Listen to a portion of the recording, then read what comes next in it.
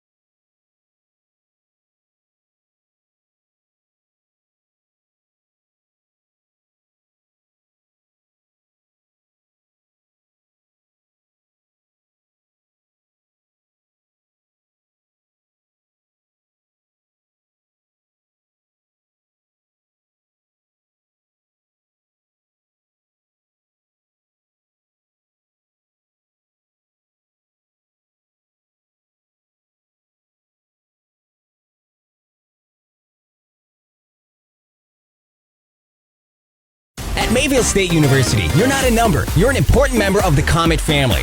Your journey to success at Mayville State will include small class sizes, hands-on learning, accomplished and helpful instructors, and many athletic, arts, and leadership opportunities, all at an affordable price. Pursue associate's and bachelor's degrees online or on campus. Go to mayvillestate.edu/visit to learn more and to sign up for a campus visit today. Mayville State University. Your success is closer than you think.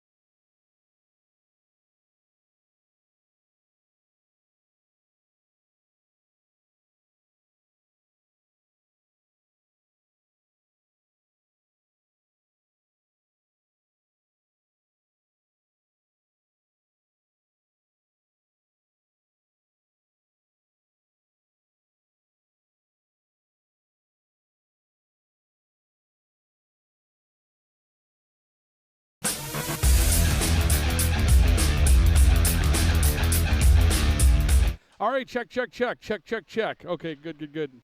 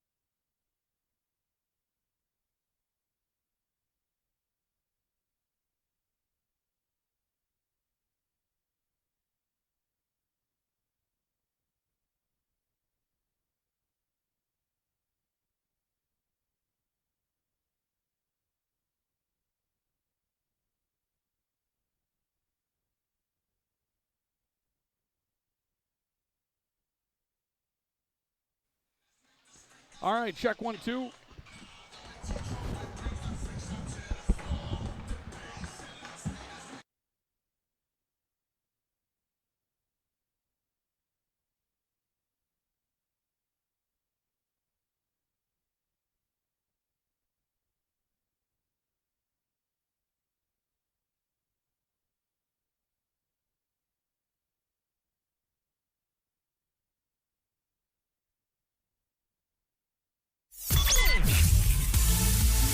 The following is a presentation of KNOX Sports and the Friends and Bank and Trust Mayville State University Sports Network.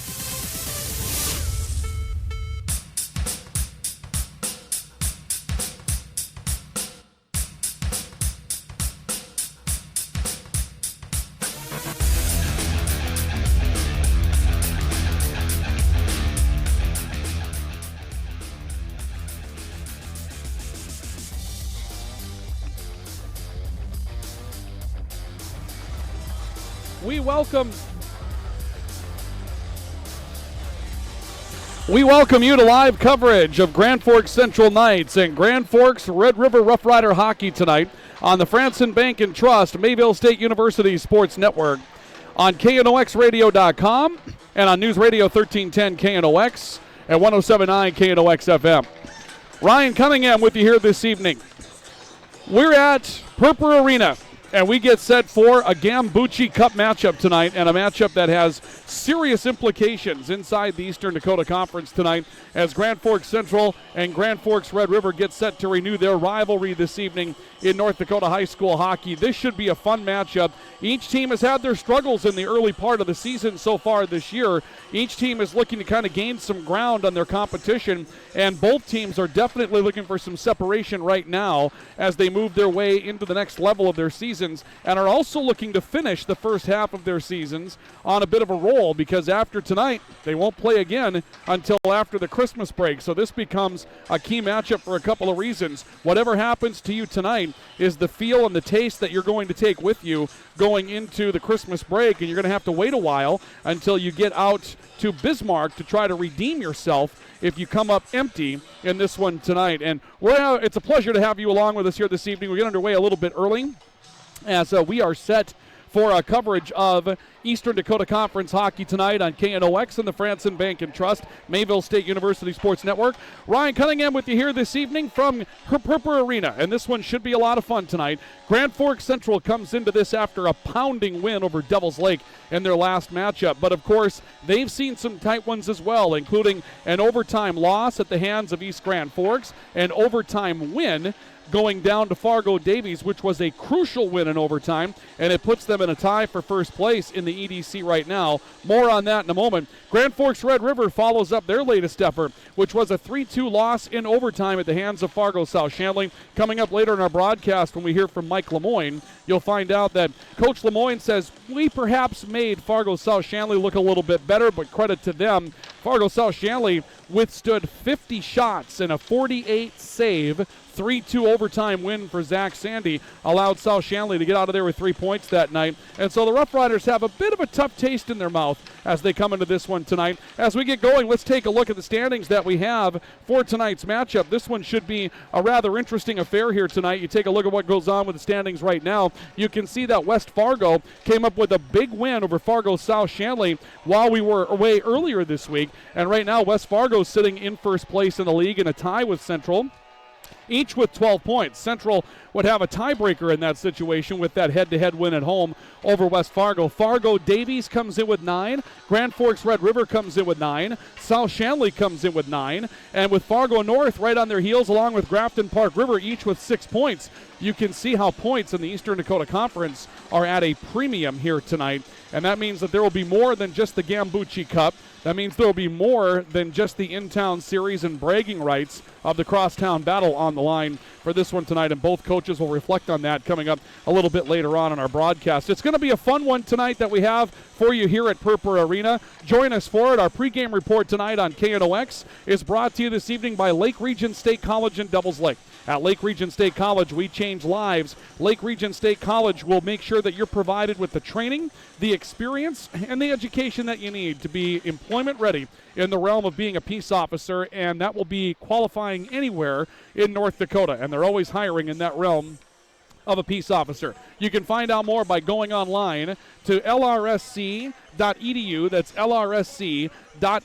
Also, our presence here tonight at Purpur Arena is brought to you by our premier sports partners. They include Franson Bank and Trust, member FDIC, with branches all throughout the region. You can find them in Grand Forks on 17th Avenue South and South Washington Street in Grand Forks. You can also find them in East Grand Forks on Highway 220 North, a branch in Warren, a branch in Oslo, and all throughout the region online on your schedule at fransonbank.com. They have all the resources of the large banks, but they also have that touch. The way that they do business is the way you want your hometown bank to do business. Look them up, fransonbank.com, and also by Mayville State University, where your success and future are closer than you think.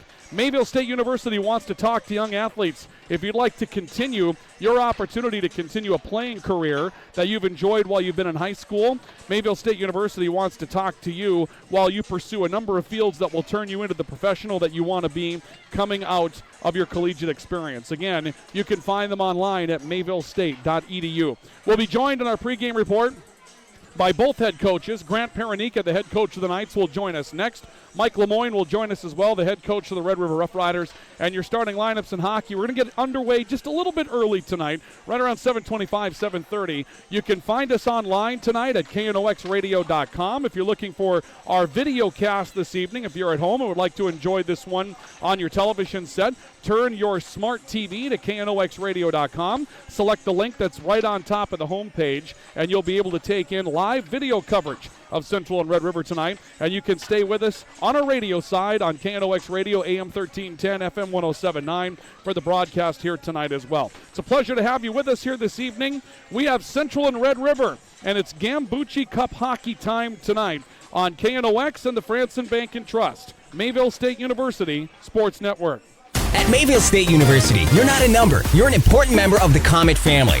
Your journey to success at Mayville State will include small class sizes, hands-on learning, accomplished and helpful instructors, and many athletic, arts, and leadership opportunities, all at an affordable price. Pursue associate's and bachelor's degrees online or on campus. Go to mayvillestate.edu/visit to learn more and to sign up for a campus visit today. Mayville State University, your success is closer than you think.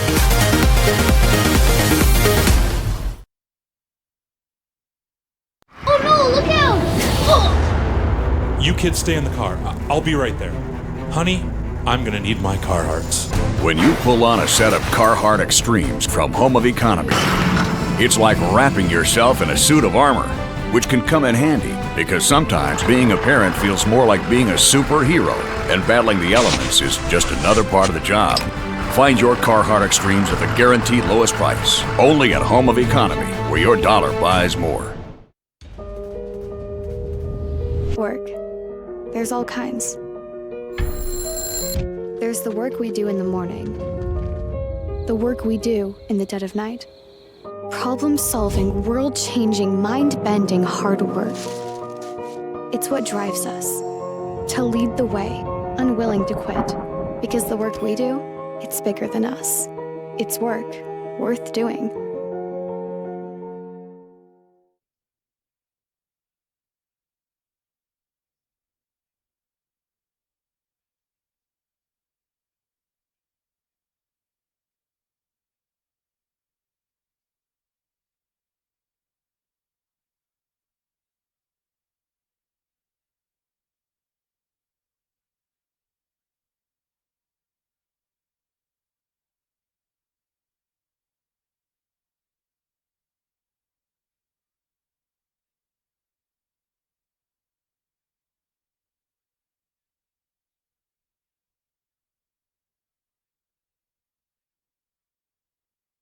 Merry Christmas from PS Garage Doors, the Garage Door Store. Ice cream isn't the only thing East Grand Forks Dairy Queen does. Wraps, chicken, salads, and fruit smoothies is just the beginning. And a bite to eat. The Dairy Queen in East Grand Forks on Highway 220 North. Looking for the perfect meal for your holiday guests? Hugo's Family Marketplace has what you need. Angus Farms prime rib, just $8.99 a pound. And Hugo's has great savings on John Morrell hams too, just $1.29 a pound with a $30 purchase. And you can't have dinner without the potatoes, pies, desserts, and more. All on sale at Hugo's. Happy holidays from Hugo's Family Marketplace. More great stuff when you go to Hugo's. Welcome back to the Lake Region State College pregame show on the Franson Bank and Trust Mayville State University Sports Network. We welcome you back to Purpur Arena tonight. It's live coverage of Central and Red River in high school hockey and Eastern Dakota Conference hockey tonight. Ryan Cunningham with you. I'll be joined by Kevin Fee coming up a little bit later on in our broadcast this evening. Carson Williams is at the helm on our camera tonight. For those of you that are tuning in on KNOXradio.com, we're glad to have you with us here tonight as we get set for what should be a fantastic matchup. Our pregame report continues, brought to you by Lake Region State College in Devils Lake. At Lake Region State College, we change lives. Grand Forks Central 4-1 coming into the night. Grand Forks Red River 3-1 coming into the night. That draw coming against the East Grand Forks Green Wave that was eventually lost in an 8-round shootout. The last matchups, Grand Forks Central just pounded Devils Lake 12-0. Red River beaten on the road at Fargo South Shanley. That was a week ago on Friday. Our pregame report continues with our coaches' comments tonight, brought to you by Franson Bank and Trust and Mayville State University. Grant Paranika is the head coach of the Grand Forks Central Knights. We talked about the fact that tonight there's more going on than just the Gambucci Cup. It's a situation where, with 3 points on the line and what is expected to be a very balanced Eastern Dakota Conference, the teams can't forget about what's on the line tonight as far as season standings are concerned here at Purpur Arena. For sure. We talked at the radio show, and there's 5 teams that I think for sure, if not more, that are legitimate contenders, and it's really tight right now. So you saw West Fargo beat South the other night in overtime, and they're sitting in first place. And it's anybody's EDC right now, and it's 3 critical points towards that. Do you, if it wasn't Red River, would your team struggle to get up for this kind of game? You've been chased for so long in the Eastern Dakota Conference, and obviously there's some teams that are trying to catch up to you. Yeah, no, I don't know. I think you got to relish being in that position, right? You try and earn it, and once you do, you hope everybody brings their best game against you, and it only makes you better. I mean, win or lose, this is an opportunity for us to get better for towards the end of the year, and we're going to look at it that way, and we're also looking at it as trying to get those 3 points out of it to go into Christmas break, with 3 additional points in the EDC. When you played Fargo Davies, you mixed and matched some talent in the third period. You kept that line going the other night against Fargo North, or rather against Devils Lake, I'm sorry. And now it looks like you're going to keep that going. And how are your guys taking to those roles? Do they feel like they're in the spots they want to be in right now? I think so. I think they feel good about it. I mean, it shouldn't really matter where you play, right? And I think our guys have had a little bit of that approach, like whoever we've thrown together throughout the season or in different games, they've looked at that as an opportunity and a chance to learn and to play with somebody else, and maybe use each other on the ice a little bit to their advantage. And I think they've been doing that. They've been happy with who they're playing with, and all the combinations seem to be working well for us. If there's a difference between yourselves and Red River, your team came in with some balance all the way through the lineup, and you knew you were going to be able to build on that. Red River knew their strength was on their blue line, and they're building up towards the front lines that way. So they're going to be strong defensively tonight. How do you go about attacking a team that's really strong on the blue line? Well, hopefully, I guess you can get past them. I mean, we know they're good, and that's going to be a challenge for us. And I think we have to continue with our game and think about or worry about ourselves more than the other team. My feeling is that we play a good skating game and we pressure real well, and I think no matter who you play, if you forecheck that properly, you can create opportunities for yourselves, and then you have to execute on them and cash in. So we're not going to change our strategy, I guess, against Red River for that matter. We're going to go with what we think our strengths are, and use that as best we can to our advantage. Finally, Coach, you haven't played since last week. You don't play again until next Friday. So there is no reason to keep anything in the tank tonight. I expect this to be pretty fast-paced because there's nothing waiting for you tomorrow. It's the time to go out and empty the tank. Absolutely empty tonight. Well, for sure. I mean, it's Christmas break for us after, although, like you said, we haven't played for a week, so it kind of seems like we're slipping in mud here a little bit, right? You want to play another game. Every time you get a win, you want to kind of get to that next game right away, and we've had to be patient and try and improve ourselves in practice, and now the opportunity is here. So, it'd be nice to go into Christmas break feeling good, and then be ready for that second half. Grant Paranika joining us tonight, the head coach of the Grand Forks Central Knights here on our pregame report. We're glad to have you along tonight here at Purpur Arena. Those comments from Grant tonight here on the Franson Bank and Trust Mayville State University Sports Network from KNOX. Ryan Cunningham with you here this evening as we continue our pregame report tonight, brought to you by Lake Region State College in Devils Lake. A couple of lineup changes tonight for Grand Forks Central based on what they've done, and we saw some of this when they were at Fargo Davies about a week and a half ago. They needed a couple of things to happen in the third period, had to change some things up in a hurry, and they did. So the line of Will Lawson Body, Tyler Zaradka, and Will Howard has been distributed a little bit, and tonight Lawson Body is going to center Chase Spicer and Braden Panzer. That's a line that's had a lot of success ever since they got put together. Will Howard's going to play on the second line tonight with Blaze Miller and Joey Kennelly, and on the third line, Tyler Zaradka will take on Brendan White and Zach Larson. That should be an interesting combination, but it's paid dividends. They scored a couple of big goals in that game against Fargo Davies to come back and force overtime when they were down 4-2, and I was at that matchup. It didn't look like a lot was going well for Grand Forks Central, so to turn that around in the course of a period, that really was something special in that matchup tonight.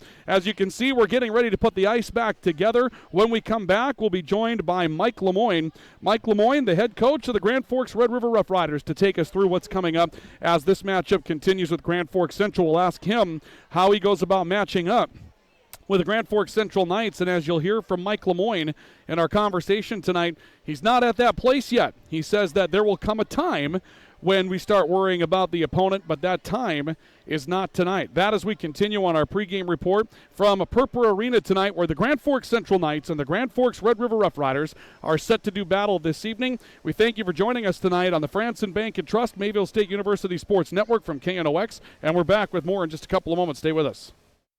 At Mayville State University, you're not a number. You're an important member of the Comet family. Your journey to success at Mayville State will include small class sizes, hands-on learning, accomplished and helpful instructors, and many athletic, arts, and leadership opportunities, all at an affordable price. Pursue associate's and bachelor's degrees online or on campus. Go to mayvillestate.edu/visit to learn more and to sign up for a campus visit today. Mayville State University. Your success is closer than you think.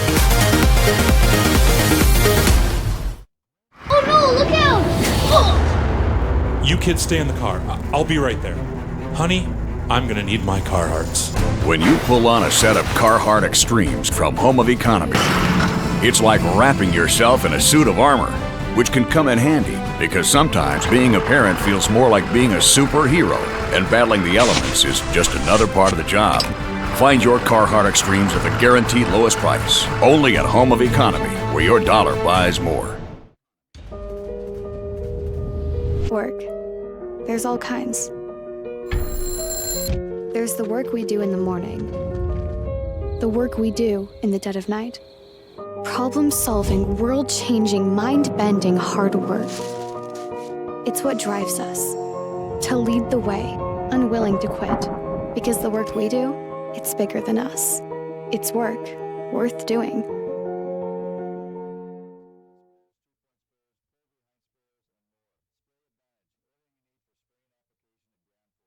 When you want something done right, you do it yourself. At Applegreen Construction, we couldn't agree more. Why buy a house just to spend even more fixing it up? Let us build your dream home. No fixing required. Applegreen Construction, building your home around what truly matters. Visit us at applegreenhomes.com. Franson Bank and Trust is the Red River Valley's farmer-friendly bank. Their hassle-free loans for land, equipment, feedstock, and operating lines can save you time and trouble, and they just might be able to save you some money to boot. Yes, they offer Farmer Mac loans too. This is the Lake Region State College pregame show. Lake Region State College in Devils Lake. We change lives. Find us online at lrsc.edu. Welcome back to Purple Arena. Should be a big night for high school hockey tonight on the Franson Bank and Trust Mayville State University Sports Network. Ryan Cunningham with you tonight. Carson Williams on our camera. For those of you that are joining us tonight on KNOXradio.com. And also we'll be joined by Kevin Fee a little bit later on in the broadcast. Our pregame report continues, brought to you by Lake Region State College in Devils Lake. It's Grand Forks Central and Grand Forks Red River tonight. We appear courtesy of our premier sports partners. They include Franson Bank and Trust, member FDIC. Franson Bank and Trust, they want to work with you, all the resources of the large banks, and they've got the hometown bank feel and how you start the relationship. You can find them online at fransonbank.com. Mayville State University, your success is closer than you think. You can find them online at mayvillestate.edu. Mayville State University is where you train to become a professional with a number of degree programs, and if you're an athlete and would like to continue playing during your college time, Mayville State University would like to talk to you as well. Look them up online at mayvillestate.edu. That's mayvillestate.edu. Our pregame conversation continues with our coaches tonight. Coaches' comments brought to you by Franson Bank and Trust at Mayville State University. Mike Lemoyne, the head coach of the Grand Forks Red River Rough Riders, joins us tonight. We asked him about how his team responded to their first loss of the season when they were beaten on the road last week at Fargo South Shanley. He had some interesting comments about that, and also we picked up on a thought that we had with his counterpart, Grant Paranika, regarding the points that are on the line tonight in the Eastern Dakota Conference standings. Those comments from Mike Lemoyne, we asked him specifically, hard to forget what's going on in the conference tonight, isn't it? Absolutely. It's fun for Grand Forks, the Gambucci Cup. But, you know, when we look at that Eastern Dakota Conference and our setback against Fargo South, every one of these games are important, and hopefully we'll make the progression in the right direction tonight. Your last game against Fargo South, they played the absolute game that they wanted to. They played defensive. You got some shots against them. They had some breakouts. Alex Senf with the hat trick. Frustrating night because you had some scoring opportunities and just couldn't seem to find a lot of pucks to get past Zach Sandy. Credit to him. He played well. I might be a little hard on our team that we maybe made them look good at times. So, yeah, that's stuff that we worked on, but we're going to give credit where credit's due. Sandy played a great game, and we have to get over that. One of the things that was a positive coming out of that is you put the extra attacker on the ice, and a kid named Jake Grandstrand steps up and makes a play for you. And we've seen his ability to play the game. He learns that he can score in big places. That's a big step for Jake Grandstrand in that game on Friday night. Yeah, when you put a sophomore into that situation, he's the extra attacker out on the ice, and he came up big. You know, Jake has seen time at forward and at defense for us this year in practice. Game-wise, he's been back at D the whole year, but he definitely has some skill, and he showed it there, and hopefully he can do that tonight. What was the chemistry like in the locker room when that one was over? We talked about your growth throughout the course of the year, and you hadn't been beaten. You felt like you were on a roll, and then that stumble happens. How did the guys take it? It stung. It stung. It was a quiet locker room, a lot of self-reflection, team reflection.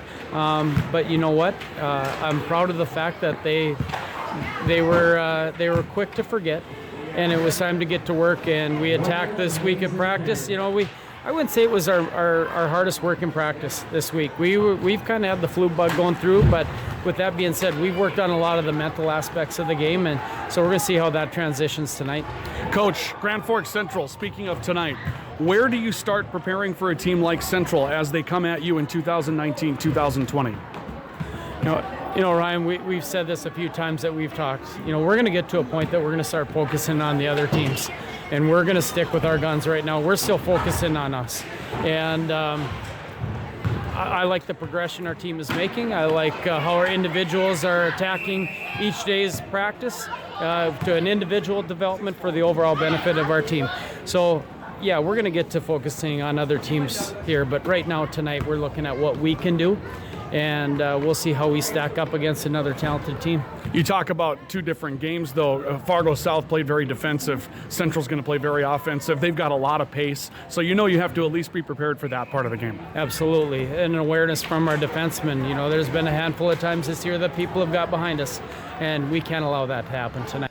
Mike Lemoyne joining us, the head coach of the Grand Forks Red River Rough Riders on our pregame report tonight. Our coach's comments brought to you by Franson Bank and Trust and Mayville State University. Grand Forks Red River got a key contribution back on Friday night that we talked about with the head coach of the Rough Riders, Mike Lemoyne, and that was Jake Grandstrand. Look for him tonight, number 25 back on the blue line. He scored the key goal that forced overtime, and that had just seconds left to go in regulation that forced the OT down in Fargo. It didn't work out for Grand Forks Red River. They were still beaten in overtime by a score of 3-2. But Jake Grandstrand's a sophomore on the blue line that's coming along for Grand Forks Red River. What they're looking for is a little bit more firepower on the forward line tonight. We're going to talk more about that when we continue with our tools for the game, which are brought to you by Acme Equipment and Acme Tools in Grand Forks, your Kubota dealer. The tools of the game coming up in a couple of moments. We'll run down some of these one-on-one matchups tonight and tell you just how this game is going to transpire, or at least how we think on paper it's going to transpire. We continue here at Purpur Arena tonight. We get set for the start of a Gambucci Cup Series matchup this evening.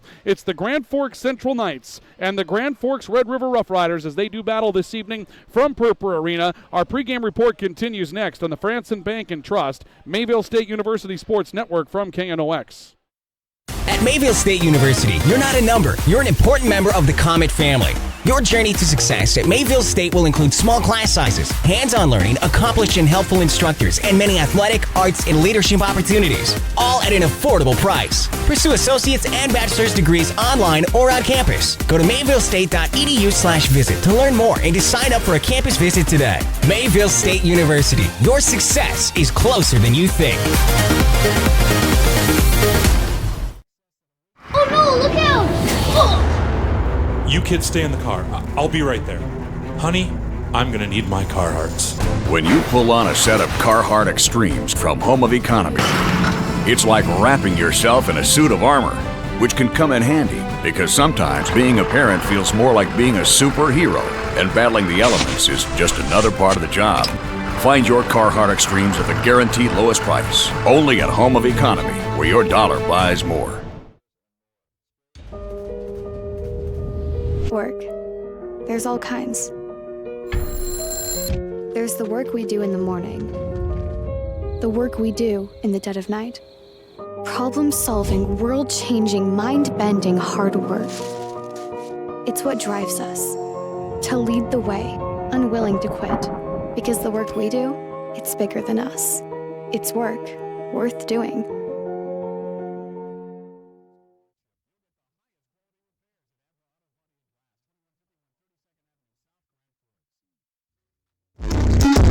Welcome back to the Lake Region State College pregame show on the Franson Bank and Trust Mayville State University Sports Network.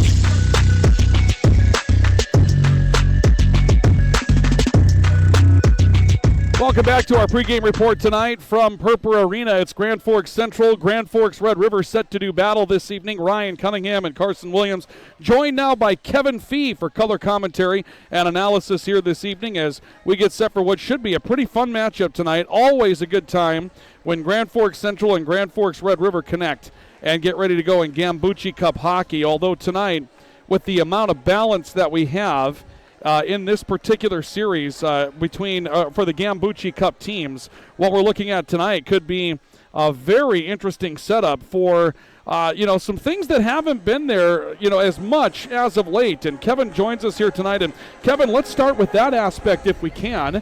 And that aspect is the fact that Central has been the team to beat in this series for the last few years, and I think we've seen now enough hockey within the intertown or inner-city rivalry that maybe these are three teams and someone could come out on top. Oh, yeah. A different aspect tonight. I was talking to a guy over watching some practice on the other rink, and he asked how long it would be a game, and I said it'll be a game throughout. I mean, these two teams are pretty even in my opinion. I don't think there's a big, a favorite. I mean, I think it could go either way.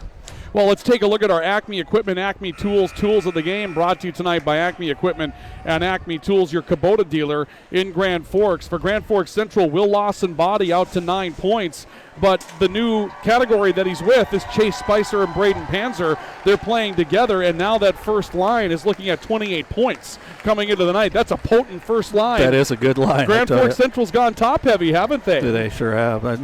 Not losing a lot with Cole out of there and bringing in Lawson Body. And now you go to Grand Forks Red River. Jake Grandstrand's a kid that's got some potential. Scored the tying goal to force overtime. We talked a little bit about that. And I've been impressed with what we've seen out of Michael Coleman, a freshman with 5 goals so far this year. The youngsters are kind of stepping up for Grand Forks Red River right now. They sure are. And Coleman, I mean, he just goes breakneck speed, and he doesn't care. He's like 140 pounds, the coach said, and Mike said, and I mean, he's not afraid of anybody out there. He'll dish it out as much as anybody. So those are our tools of the game tonight, brought to you by Acme Equipment and Acme Tools. They are your Kubota dealer in Grand Forks. When you need more power around your farm, around your business, around your construction site or your home, put the power of Kubota to work for you and do more work. You can find a full line of Acme Equipment at their location right across Gateway Drive West from Simplot in Grand Forks. Find Kubota and put them to work for you. Going to take us to our final break of the pregame report. When we come back, we'll finish things up with our presentation of our national anthem, our look at our starting lineups tonight, and then it's hockey time in a great rivalry, Central versus Red River. It continues coming up next on the Franson Bank and Trust Mayville State University Sports Network from KNOX. At Mayville State University, you're not a number, you're an important member of the Comet family. Your journey to success at Mayville State will include small class sizes, hands-on learning, accomplished and helpful instructors, and many athletic, arts, and leadership opportunities, all at an affordable price. Pursue associate's and bachelor's degrees online or on campus. Go to mayvillestate.edu/visit to learn more and to sign up for a campus visit today. Mayville State University, your success is closer than you think.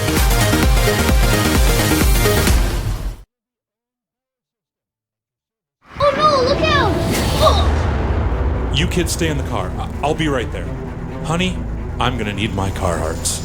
When you pull on a set of Carhartt Extremes from Home of Economy, it's like wrapping yourself in a suit of armor, which can come in handy because sometimes being a parent feels more like being a superhero, and battling the elements is just another part of the job. Find your Carhartt Extremes at the guaranteed lowest price, only at Home of Economy, where your dollar buys more. Work. There's all kinds. There's the work we do in the morning, the work we do in the dead of night. Problem-solving, world-changing, mind-bending hard work. It's what drives us to lead the way, unwilling to quit. Because the work we do, it's bigger than us. It's work worth doing.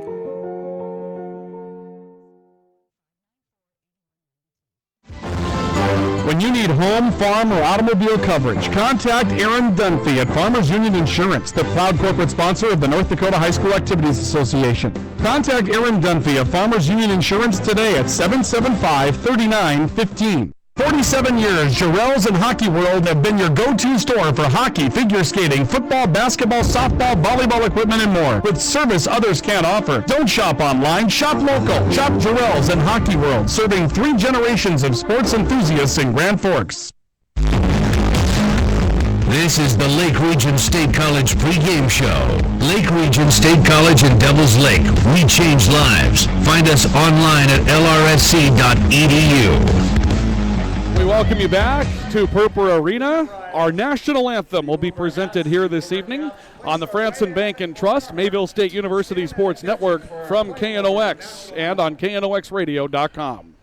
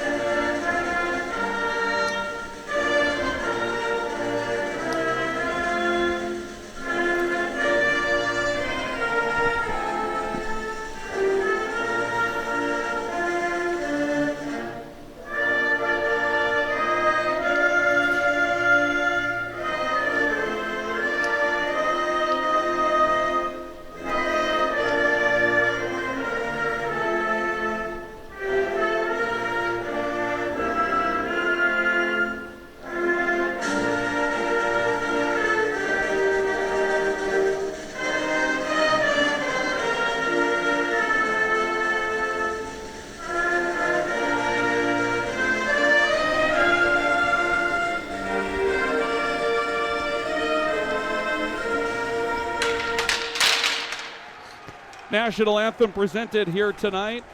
And now we're set for coverage of high school hockey tonight on the Franson Bank and Trust, Mayville State University Sports Network. Ryan Cunningham with you here this evening. This should be a fun one tonight, joined by Kevin Fee for color commentary and analysis. Let's take a look at our starting lineups, brought to you tonight by Chris Moen at Nodak Insurance. With competitive rates and local service, it's easy to see why more people in North Dakota are making the switch to Nodak Insurance. Give Chris Moen a call, 757-1613. That's 757-1613. Starting lineup tonight for Grand Forks Central, who is the visitor officially in the matchup. Between the pipes, junior Colby Elset. The defenders are Peter Loyland and Brandon McGarry. And the forwards will be Chase Spicer, Braden Panzer, and Will Lawson-Body. The defenders are seniors. Lawson-Body's a senior. Panzer and Spicer are juniors. The head coach, Grant Paranika.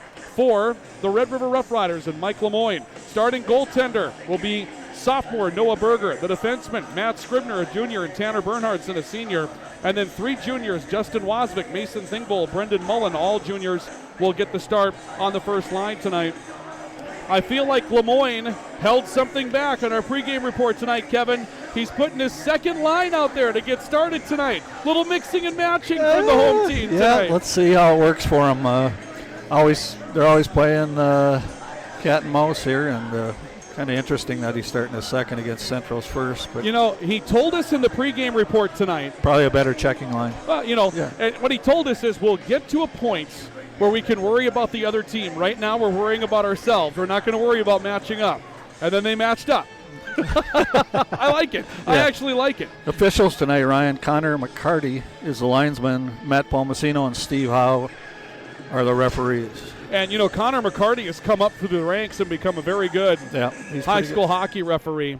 We're set for the start. Brendan Mullen takes the drop against Will Lawson-Body Jr., and Braden Panzer comes up with the first touch for the Knights. He'll send it back to Lawson-Body on the near wall. That broken up by Matt Scribner for the Rough Riders, and dumped back into the central zone. Panzer coming out with it, got to the checkered line, able to fight it up ice into a 3-on-2 momentarily. Finds Spicer trying to charge in from the right side of the net, and the puck goes wide and back to the wall. Battle there for control. Panzer pulled it out on top for a quick one-timer that was taken by Chase Spicer, and a big save early that was made by Noah Berger to keep this thing a scoreless matchup. That was a good first shift for Grand Forks Central. Panzer was flying out there.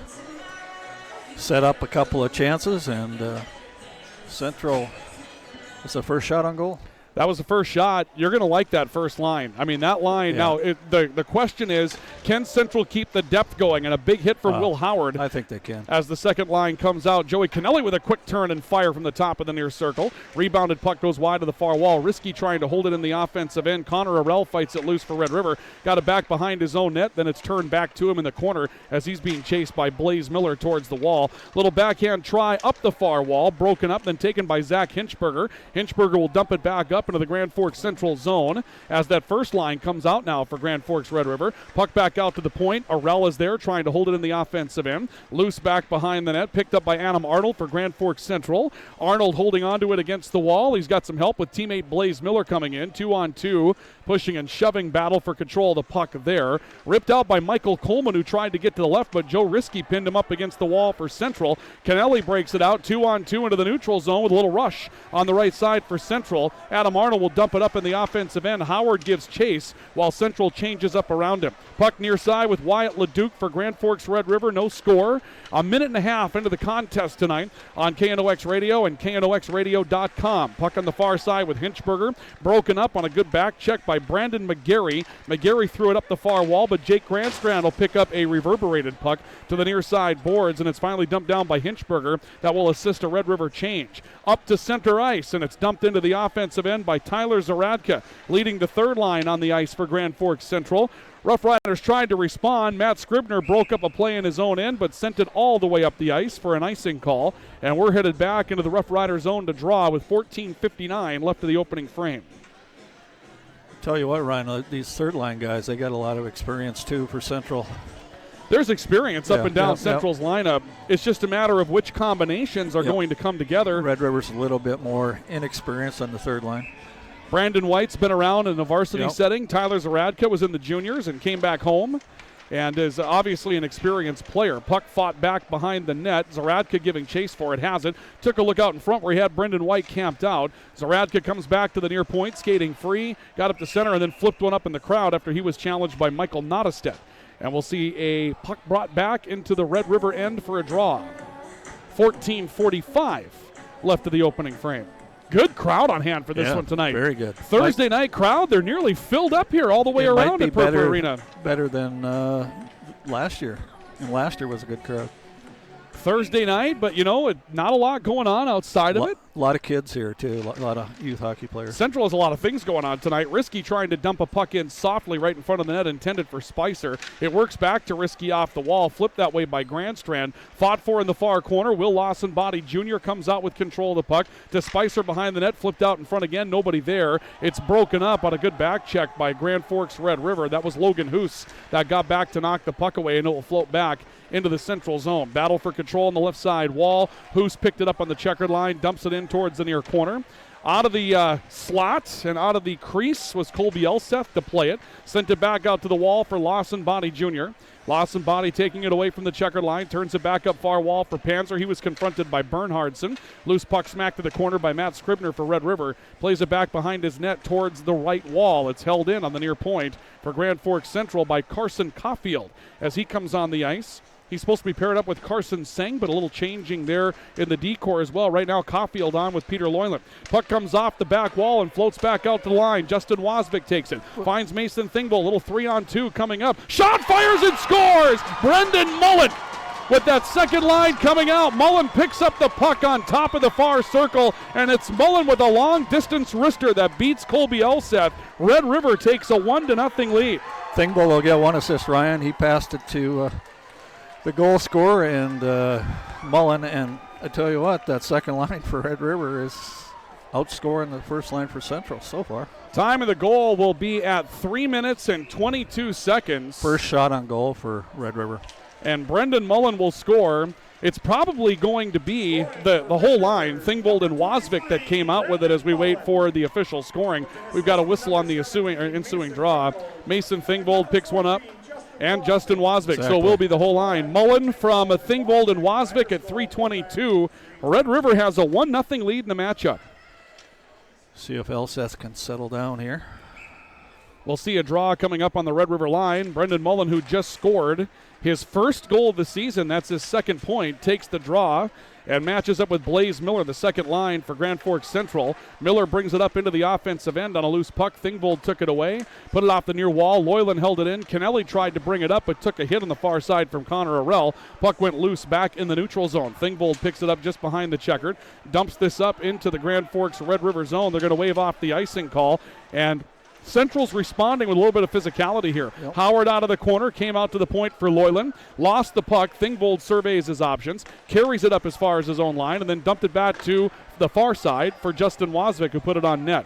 Red River trying to change up behind that, taken out by Kennelly on the far side wall. Then a man loses an edge for Central. That was Colton Bjerge. They got their fourth line out there. Ends up slipping and going into the far wall. Loose puck picked up on a quick rush by Michael Coleman, but he couldn't find it. Breakout Kennelly on the near side. Kennelly from an angle, kicked aside. Big save again by Noah Berger, who's come up twice in a big situation. Both shots have been good shots against him tonight.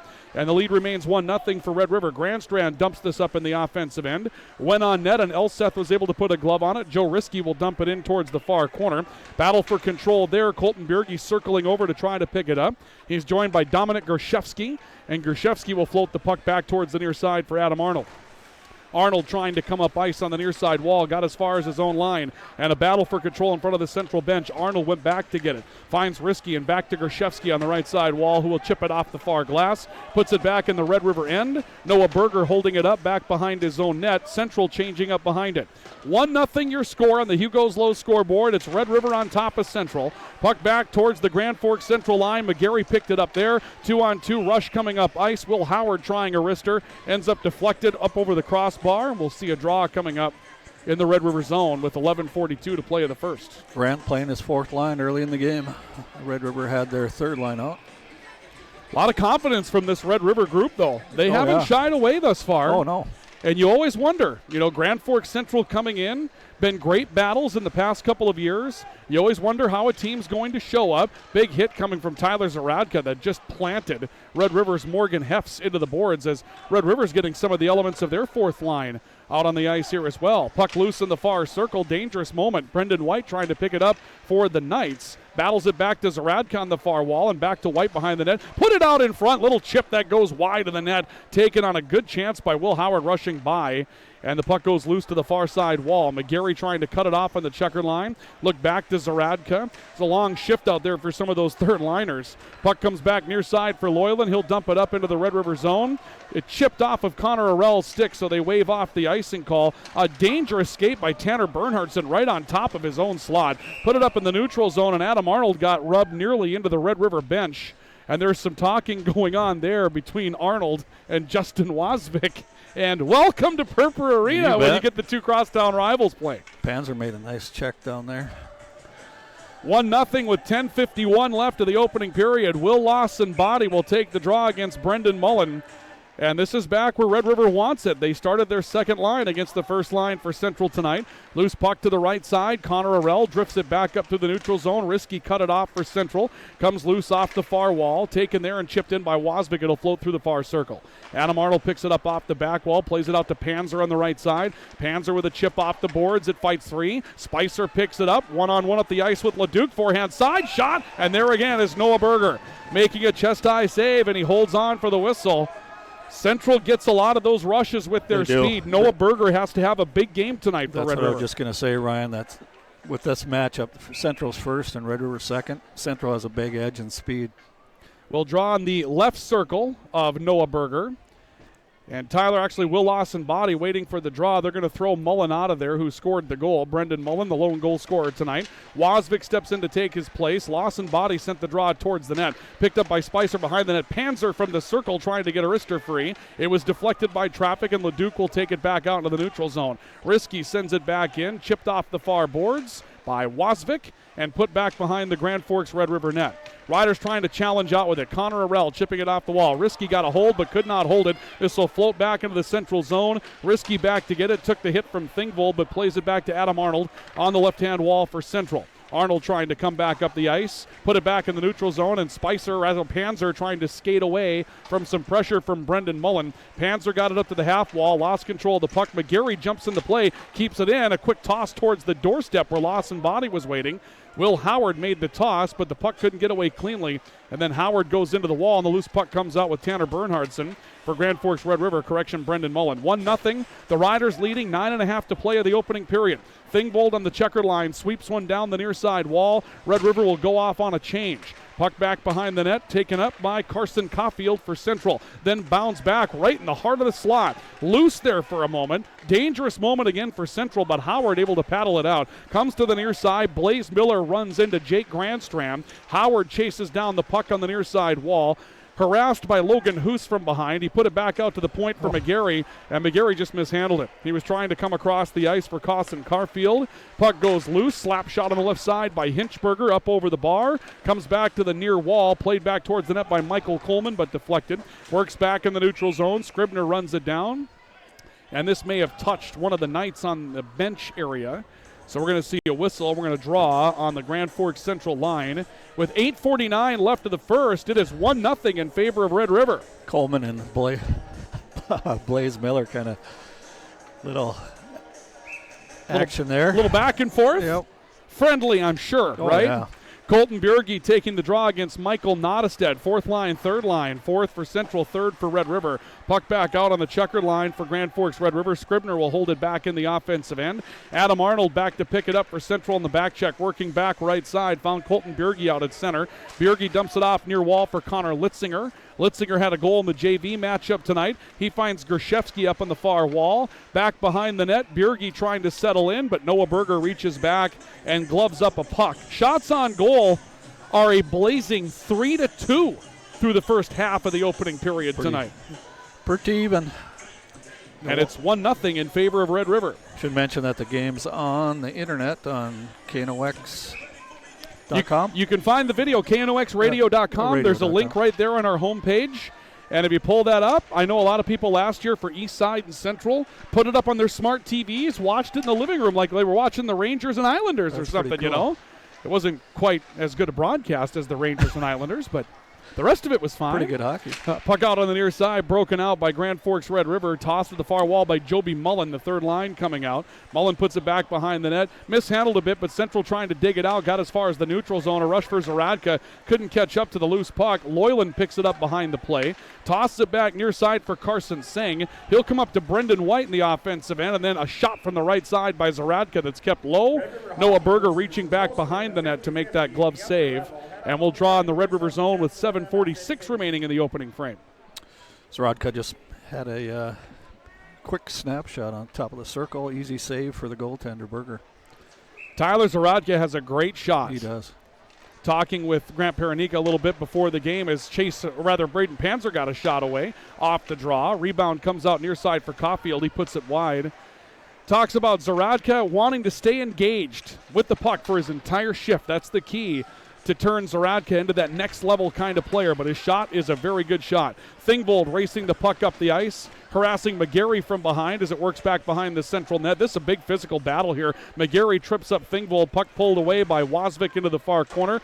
And Wasvik made a pretty nice crossing pass right through the heart of the crease, but nobody home, and Panzer comes away with control for Central on the offensive end. Tried to drop it off for Lawson Body, that broken up. Risky jumping into the play to try to hold momentum, but he's sent back down the ice on a physical play by Wasvik. Red River comes away with control. Mullen trying to chase it down in the corner. Turned back to Panzer, who chips off the glass, and I think he hit McCarty in the helmet. Tough night for the officials so far. Loose puck comes out to the left-hand wall and chased back up into the Red River end. It's loose on the line. Kennelly trying to get a touch for Central. Back towards the right side. Tossed wide of the net by Michael Coleman, the superstar freshman for Red River, chasing down the loose puck in the far corner. He's taken towards the boards. Kennelly held him up, and the loose puck comes back to Blaze Miller for Grand Forks Central. 1-0 Red River. 6.5 to play of the opening period. Got a big hit back here behind the play. Those guys were going at it earlier. That involved Coleman and Blaze Miller. And the freshman's not going to take any of that tonight, I guess, is the key. Joby Mullen trying to get away from the pack for the Riders, had the puck taken away. Peter Loyland comes up with control, sends it back to Colton Bierge on the far boards. Bierge trying to pull it free, teaming up on the wall with Loyland for control. It works back out to the point. Bernhardson sends a deflected puck spinning through the air. Howard trying to chase it down for Central, but Joby Mullen got there first for Red River. Comes back to Howard on the near side wall. Another huge big hit laid in on Bierge again. That time the hit from Morgan Hefts with that fourth line coming out. Puck ends up in the Central bench, and we'll see a whistle and a draw, but we've seen a couple of pretty crisp headbangers the last couple of minutes. Yeah, this has been more physical than fast, and that's a change from the last couple of years in this series. Central was physical early, but now Red River's returning the favor big time. Two big hits, like you say, Ryan. 5:47 remaining in the opening period. We draw on the Grand Forks Central line with Red River leading 1-0. The lone goal for Brendan Mullen at 3:22 of the opening period with assists to Mason Thingvold and Justin Wasvik. Puck fought loose off the draw. Morgan Hefts puts it back behind the net. Arnold back to pick it up for Central. Looks up the far wall trying to find Zaradka. A chip on a return as Thingvold got a piece of the puck back behind the net. It circles back out in front of the Central bench, and another whistle coming up. Maybe hit one of the Central one out Knights of play. leaning over the thresholding end. So we're going to come back into the Central zone to draw to the left of Colby Elseth. Crowd's really filling in nicely here. Oh, yeah, beautiful crowd tonight. Grand Forks has turned out for this crosstown battle and turned out with big numbers tonight. Lawson Body playing the puck to the near wall off the draw. It goes loose back behind the net. Battle for it there. Brendan Mullen trying to dig it out, couldn't find it. Joe Risky comes away with the puck for Central, up to Braden Panzer on the right side wall. Panzer off the wall to get around Arell, trying to chase down the loose puck. Wasvik puts a body into him, back on the wall. Spicer picked it up, back to Panzer, short side. Net off its pegs, will draw coming up in the Red River end. How Spicer and Panzer didn't connect for a goal in that sequence, I don't know. They were right where they needed to be. It was a nifty pass by Chase Spicer. He faked behind the net and then went back to the side Panzer was on and gave it to him, and I don't know how that missed either. It was a good chance. Tomorrow night we have more hockey from East Side. How about number 2 and number 3 in Minnesota? War Road and East Grand Forks tomorrow night. 7:30 drop of the puck over at Civic Center Arena. You can hear that on KNOX Radio. AM 1310, FM 1079. Puck loose off the draw back in the Central zone. It'll be raced down in the far corner for Central's Carson Caulfield. He works to McGarry on the left-hand wall. McGarry, a seeing eye pass to Lawson Body and then to Spicer, who will dump it in the offensive end for Central. Logan Hoos picking it up, trying to wheel it back up the far wall. McGarry was there to hold it in. He looked up the wall for Panzer. That was batted loose by Brendan Mullen. Puck goes free through the neutral zone. Mullen able to pick it up, has a 3-on-2, fanned on one, took it down to the corner and put it back behind the net. Scoring opportunity that was there but dematerialized in a hurry when Mullen came up a little empty on his pass attempt. Breakout little cherry pick by Lawson Body, but that was held up well. Good back check by Logan Hoos to knock that pass away. Puck to Panzer in the left circle. He fires one and goes bar down for a score, and Central ties it up. What a shot by Panzer. He came into the near side circle and goes bar down. That hit the bottom of the crossbar but goes in. Noah Berger gives up a goal on Central's 7th shot tonight, and we're even at 1 in the latter stages of the opening frame. And that was all Panzer on that play, Ryan. He's the one who knocked it into the zone, got the pass back, and drilled it. We'll see what the final scoring shows, but for Braden Panzer, he should pick up his 4th goal of the season, his 12th points. Braden Panzer is now tied for the lead in scoring on this Central team with Joey Kennelly after that goal. He's been their best player tonight so far. And Joey Kennelly has been their best player at times throughout the season. Zaradka comes away with it. A shot in on Berger. He'll make a glove save and then a hit again after a whistle. And we've got some back and forth between Zach Larson and Tanner Bernhardson. Bernhardson put Larson into the net. May have been a little after the whistle, but the play was continuing. Zach Larson gets an assist on Panzer's goal, and Brandon McGarry will as well. So Panzer from Larson and McGarry, time of the goal at 12:47. Larson's first assist, 4th point of the season, and McGarry picks up his 2nd assist, 2nd point of the year. Braden Panzer's 4th goal, 12th point, and it ties him for the scoring lead with Grand Forks Central's Joey Kennelly on the team. 1-1 with just under 4 minutes to play. Loyland a shot from long range, deflected wide. Scribner back in front of it, descended to the near side boards. Loyland picks up the return, back out in the neutral zone. Battle for control there. Zach Hinchberger trying to bring it up the ice, got it into the zone and then got knocked down. It was camped out underneath Brendan White's leg. We'll see a whistle and an offside call against Red River, and we'll draw coming up on the Central line with 3:37 left of the first. Big hit by Brendan White along the boards there right when the whistle blew.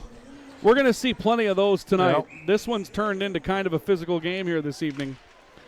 Puck goes loose off the draw into the Central zone. Adam Arnold will pick it up out of the left circle. Circles back to the end wall, trying to get around some harassing pressure from Jackson Leon. Got it out to the far boards, then Leon cut him off. Blaze Miller tries to toss it through the zone. That broken up. Arnold takes it on the backside, found Risky. Risky with a great pass to Kennelly up in the neutral zone. Kennelly backtracking his way to the far wall. Tried to make a cross-ice pass, found Risky on the near side line, who will dump it with a backhand flush into the Red River zone. Arell back to get it behind the net. He's joined by Leon. Blaze Miller steps in along with Will Howard for Central, and Howard pulls it out to the near boards. On the left point, it's Risky holding the puck in. Howard with a crosser. Kennelly right between the hash marks. Out to Arnold. Slap shot deflected by traffic. May have caromed off Miller into the far corner. Red River trying to clear. This will be pitched up ice by Jackson Leon. Icing is the call, and we'll go back into the Red River zone to draw with 2:46 left of the first. 8-2 shots on goal for Central. They really come on since that first goal. You haven't seen a lot of offensive zone time for Red River since they scored that goal. A couple of rushes, but not a lot of time. No, and they haven't had a lot of shots. I mean, a lot of them are blocked. Central wins the draw, comes out to the point. McGarry a shot from long range, goes wide of the net. Loose puck picked up in the far corner. Carried back by Dominic Gershevsky trying to get behind the net. He loses the puck on the far wall. It'll be picked free on the far edge by Michael Nottestedt. Nottestedt trying to jump around a defender, picked up a loose puck in the corner, lost it to Gershevsky. We'll put it back to the neutral zone. This caroms off the far boards. Connor Litzinger giving chase for Central. Can't get there in time. It'll be icing against the Knights, and we'll see a draw coming up in Central zone. Fourth line out there again. 1-1 tie on the Hugo's Low scoreboard. Yeah, neither team has been afraid to flex their depth tonight. And, you know, we talked about that a little bit with the coaches. You haven't played since last week. You don't play again till next Friday. You might as well empty the tank. Everybody, because you got nothing else to get ready for this weekend or anything like that. Each of these teams will go out and play a crossover with Bismarck and Bismarck Century next Friday and Saturday. Those games expected to be on KNOX Radio. Off the back wall, McGarry, I say expected because there's been a venue change. We'll talk about it.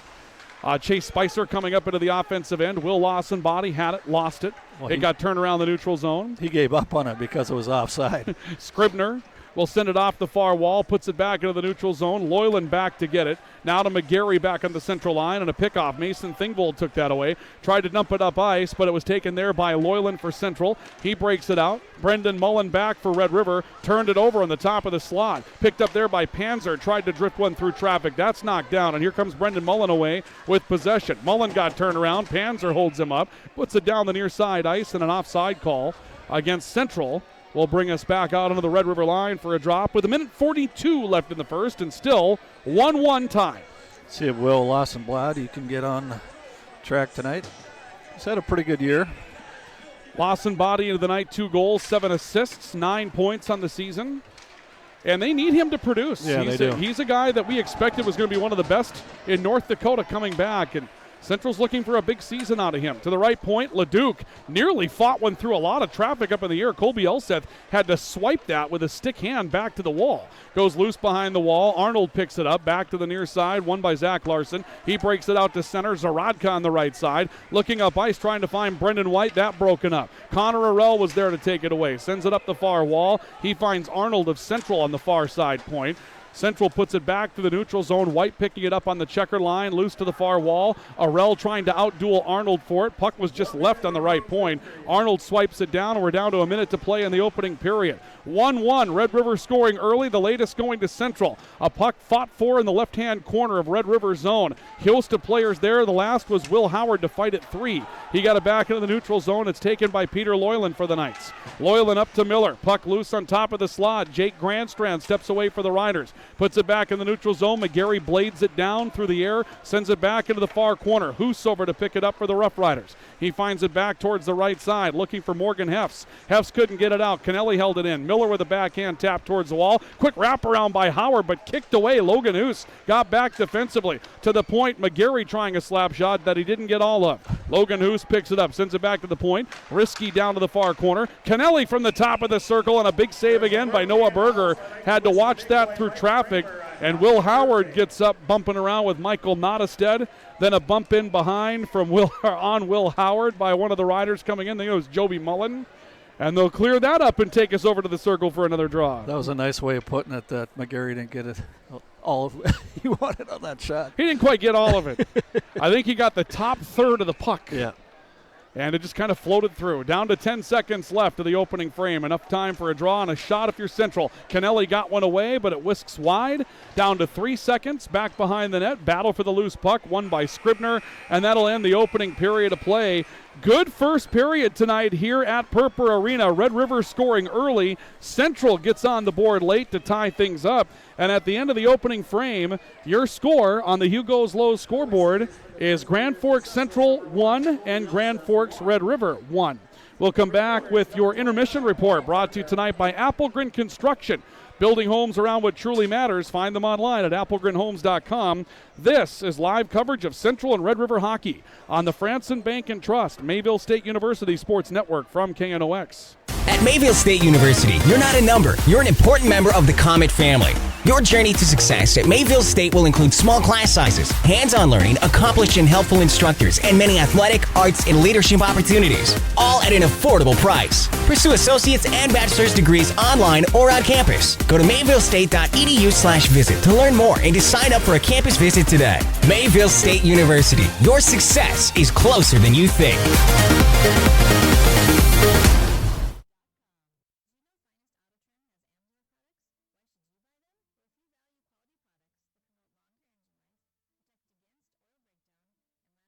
Oh no, look out! Oh! You kids stay in the car. I'll be right there. Honey, I'm gonna need my Carhartts. When you pull on a set of Carhartt Extremes from Home of Economy, it's like wrapping yourself in a suit of armor, which can come in handy because sometimes being a parent feels more like being a superhero, and battling the elements is just another part of the job. Find your Carhartt Extremes at the guaranteed lowest price, only at Home of Economy, where your dollar buys more.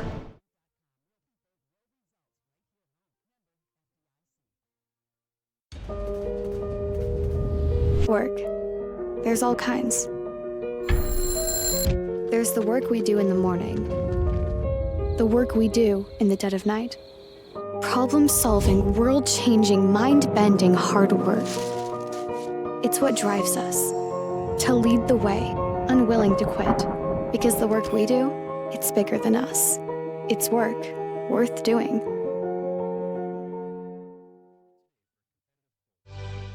From the Golf Center here, the man with the fancy shoes. Are you ready for the holiday season? Well, either way, it's here, and we have the best gift ideas for everyone on your list. Whether they were naughty or nice, gift cards also available for any amount at the Golf Center, where your game begins.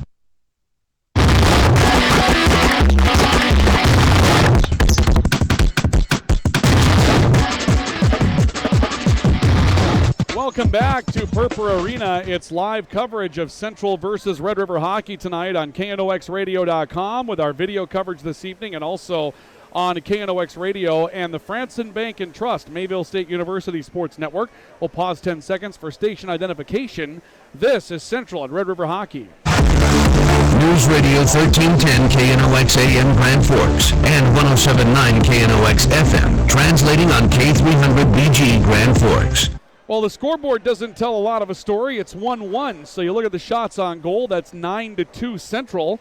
As much as it's 9-2 in the shots on goal, Kevin Fee joining us for color commentary tonight, we can say that we were somewhat impressed with Red River's defense. They got back, cut off a lot of pucks, but Central did what Central did, only allowing 2 shots on goal, good forecheck, pressured things in the offensive end, and just didn't have a lot of opportunities to capitalize on. Yeah, they had a lot of block shots, Central. But 9-2, I don't think it's a 9-2 shots on goal game. Red River had some chances. They had some offensive time, and I think it's going to be a tight second period.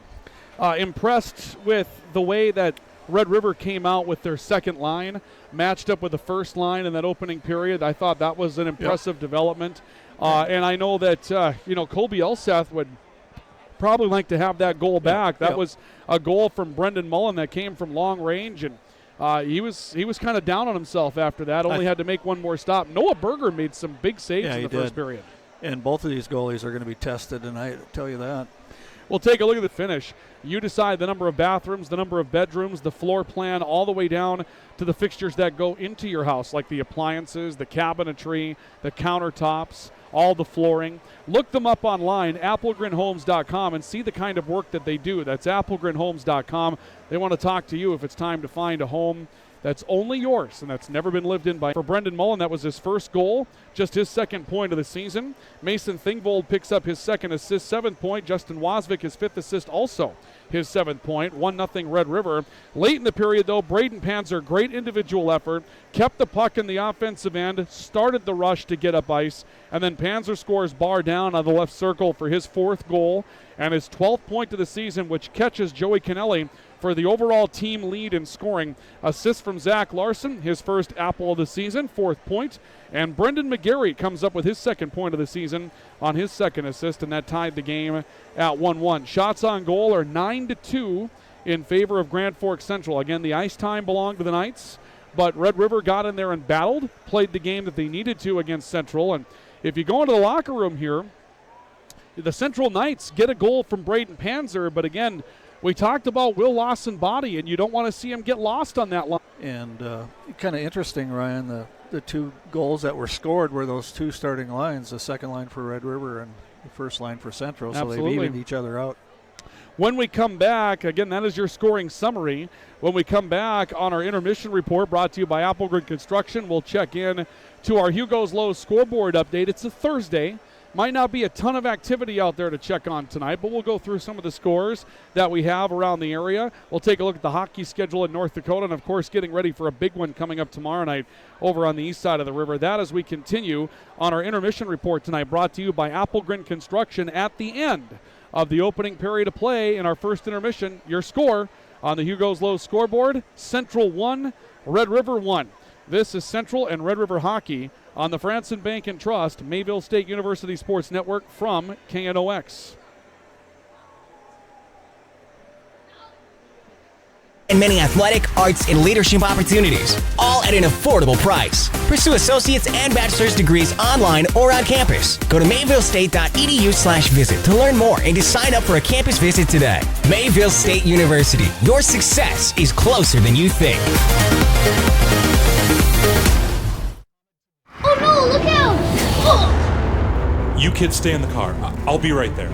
Honey, I'm gonna need my Carhartts. When you pull on a set of Carhartt Extremes from Home of Economy, it's like wrapping yourself in a suit of armor, which can come in handy because sometimes being a parent feels more like being a superhero, and battling the elements is just another part of the job. Find your Carhartt Extremes at the guaranteed lowest price, only at Home of Economy, where your dollar buys more.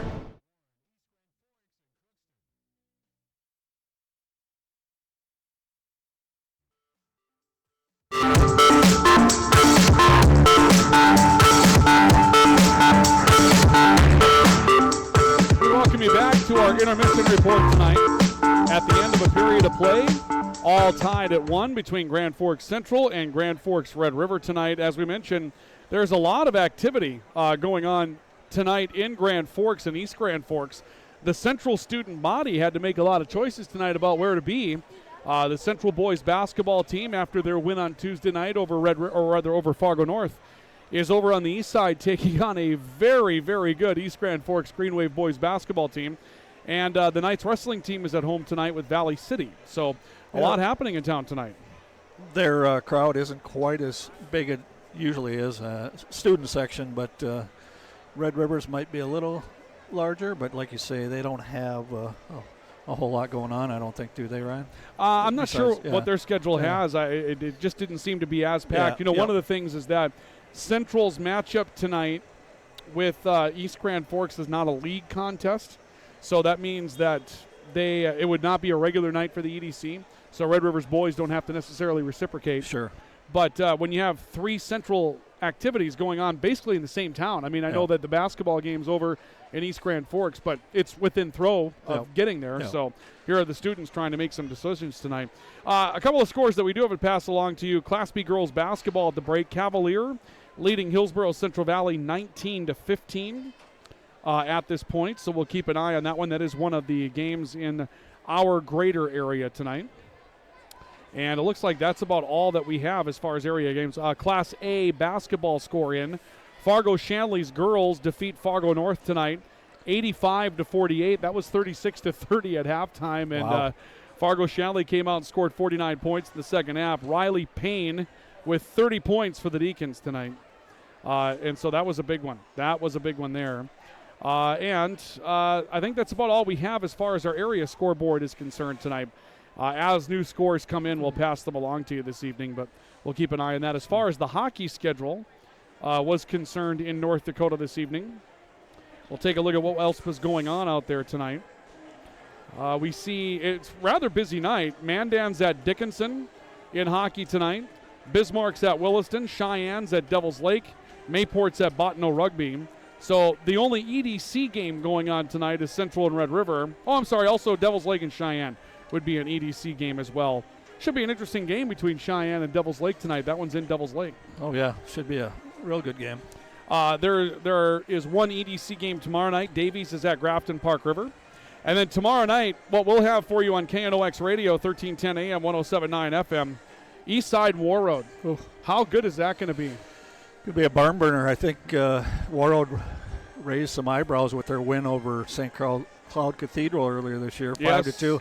Somebody told me that Cathedral might have been missing a couple of players for that game, but it was still 35-17 shots on goal. No, they backed it up. They backed it up with a win over Sartell St. Stephen. I think that was 8-1 in their last matchup. They've been blowing teams out when they've had a chance to play them. So and they're going to have to slow down Grant. How do you pronounce his last name? Schlesinski.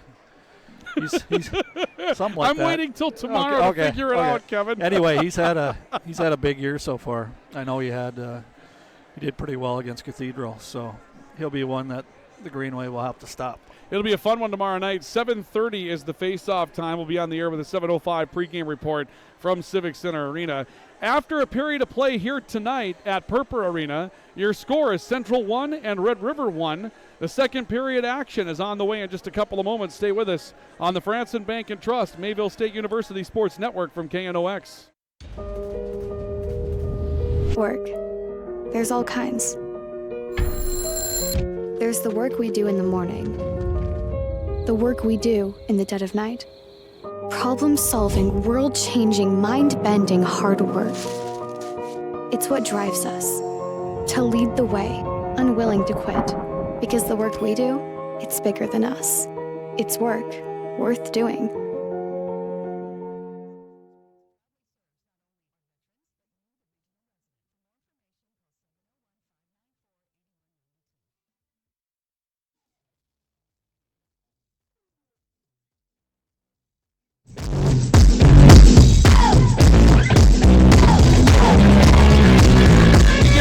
Second period action after a period of play. It is 1-1 on the Franson Bank and Trust Mayville State University Sports Network. Grand Forks Central, Grand Forks, Red River.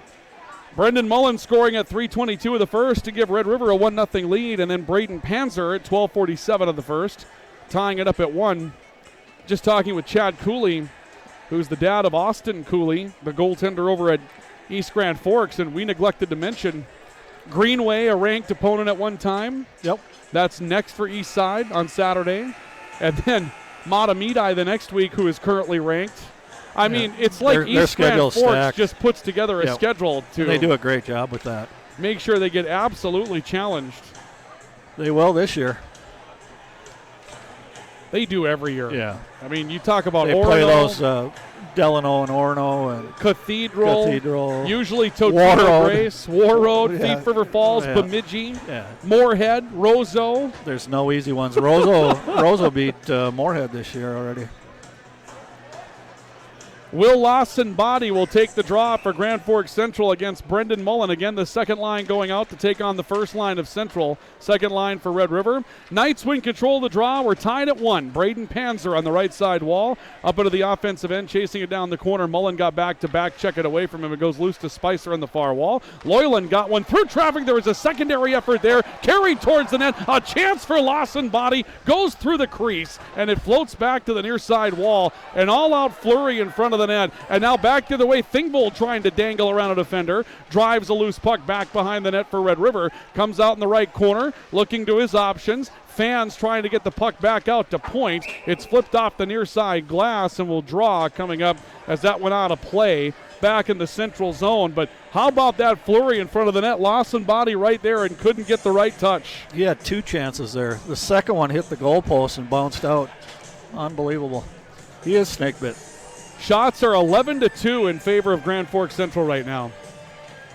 Jackson Leon will take the draw for Red River against Blaze Miller for Grand Forks Central. Risky off the draw, backhands it to the far wall. Howard looking to pick it up, tried to poke it back up into the neutral zone, and we may have had an offside call against Red River or not.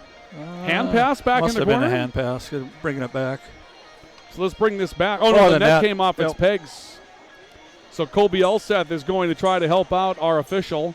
That was the net that took the big hit. Tanner Bernhardson driving one of the Knights into the crossbar after the whistle back in the opening period. They'll look to get that fixed. We started the season with broken glass up in Grafton, so it's been one of those years already. Fun one. They just dumped it with about a minute and a half left to go. They decided not to replace the glass. 4-goal lead already, so we'll just kind of let her go, right? Joe Risky on the near side wall for Central, dumping that back up into the Red River end. Long rush to get to it. Will Howard was the first there. Tyler Zaradka coming over the top, trying to get a touch on it. This may represent yet another change in the lineup for Central. Zaradka jumping up onto a line with Howard and Blaze Miller. And it looks like it's going to be a full time because no one's trying to get off right now. Arrell over in the far corner. Poked off the far side wall. Comes back to Arnold on the point. His shot deflected into traffic. Leon took it off the side, then plays it to the near side wall. Miller put it down the wall, and this will float back behind the net. Wyatt Leduc there to pick it up. Took a hit from behind, carries it back out as far as the line, and now Leduc coming up into the neutral zone. Poked away by Miller momentarily. A rush by Morgan Hefts. He can't get away. Puck deflected near side. Now it's Logan Hoos trying to run it down back in the rider end, but icing will be the call against Central. And that's going to take us back into the central zone for a draw. Howard just missed a pass to Zaradka, which had freed him for a breakaway. Boy, this is kind of musical chairs for Grand Forks Central. It is. They played a lot of different lineups here all of a sudden over the last couple of weeks. I kind of like this change. Well, they're trying to find something to build some consistency on offensively. You bet. Joey Kennelly on the third line. Pretty good third line player. Brendan White will take the draw for Grand Forks Central, wins it against Michael Nottestead. The puck to the far wall for Kennelly. Kennelly broke it out, found it to Zach Larson. He went through the neutral zone, but cut off by Logan Hoos for Grand Forks Red River. He puts it back through the neutral zone as well. A touch by Joby Mullen on the line. Back to Hoos in the neutral zone, fights it over to the far corner. Red River would have been offside. Loyland goes back to get it for Central. Drug it up as far as Kennelly, and then Larson on the checkered line. He plays it back right side. Loyland a rush, looking for Brendan White. Broken up on a hit from Drew Mellon. Another one of the 4 liners for Red River, and we'll see another whistle. We haven't seen a penalty yet in the game. Box not opening here either. May have had yet another hand pass against the Knights. So back into the central zone we go. 14:51 left of the second. 1-1 on the Hugo's Low scoreboard. A goal each in the opening frame. Nothing here so far in the second. Shots on goal edge for Central is 11-2. They play out of the right circle, right of Colby Elseth in the central zone. Adam Arnold comes up with control, leaves it up the near wall looking for Panner. Bernhardson broke it up. Out in front, Thingvold, a shot from the high slot, but right there Colby Elseth making a glove save and holding for the whistle. That was the third shot for Red River. Yeah. That was the first shot they got since 3:22 of the opening period, because Brendan Mullen. They had one other one. Yeah, Mullen scored on the first shot of the game for Grand Forks Red River, but they haven't had a shot in a long time. A shot on net had the Rough Riders up until that one. Joe Risky picks up a puck, a hit on Justin Wasvik from behind, and we're going to see the first penalty of the night. Yep. It's going to be a slashing call, Panzer. And it looks as though Braden Panzer is headed off into the penalty box. So Panzer will be hit for slashing. Time of the penalty will be at 2:29 of the opening period. And Cairo RX will bring you a power play for Grand Forks Red River. Brought to you by Cairo RX, modern day solutions for everyday problems.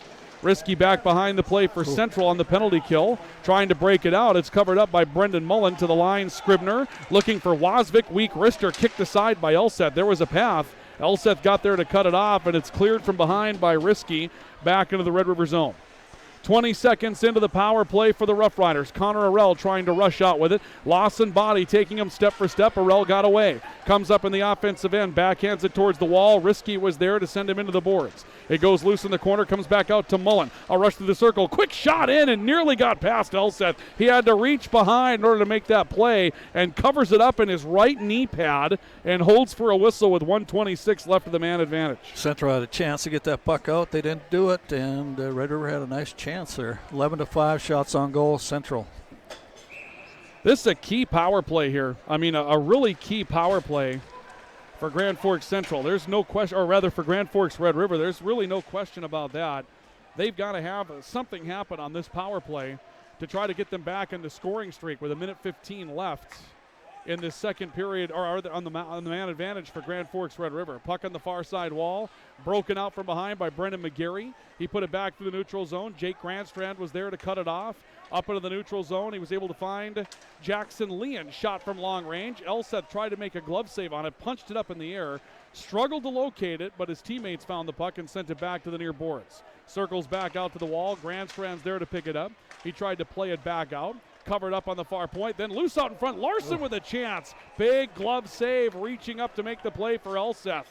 That was at point-blank range, and Elseth is able to go up and make the glove stop on it. 42 seconds left in the Red River power play. 13-12 remaining in the second period. 1-1 tie on our Hugo's Low scoreboard. Power play brought to you tonight by Cairo RX, modern day solutions for everyday problems. Puck on the near side wall, off the draw, comes back out into the neutral zone. Joey Kennelly trying to race it down to get up ice for a potential shorthanded opportunity. Goes loose in the far boards, and it's picked up there by Grand Forks Red River's Justin Wasvik. He'll come up to Thingvold, drops it off to Wasvik on the right point. Wasvik driving in, lost the puck to the far circle. Comes back out with Brendan Mullen. He'll put it on the point. Arell looking for a chance. Another quick wrister. Elseth's there. Puts his stick up underneath Wasvik's chin. Wasvik talks to Elseth while Joe Risky stands behind. Man, We got everything going on in this one tonight. It's fun. LSS looking pretty good here in the on the power play. Red River's power play.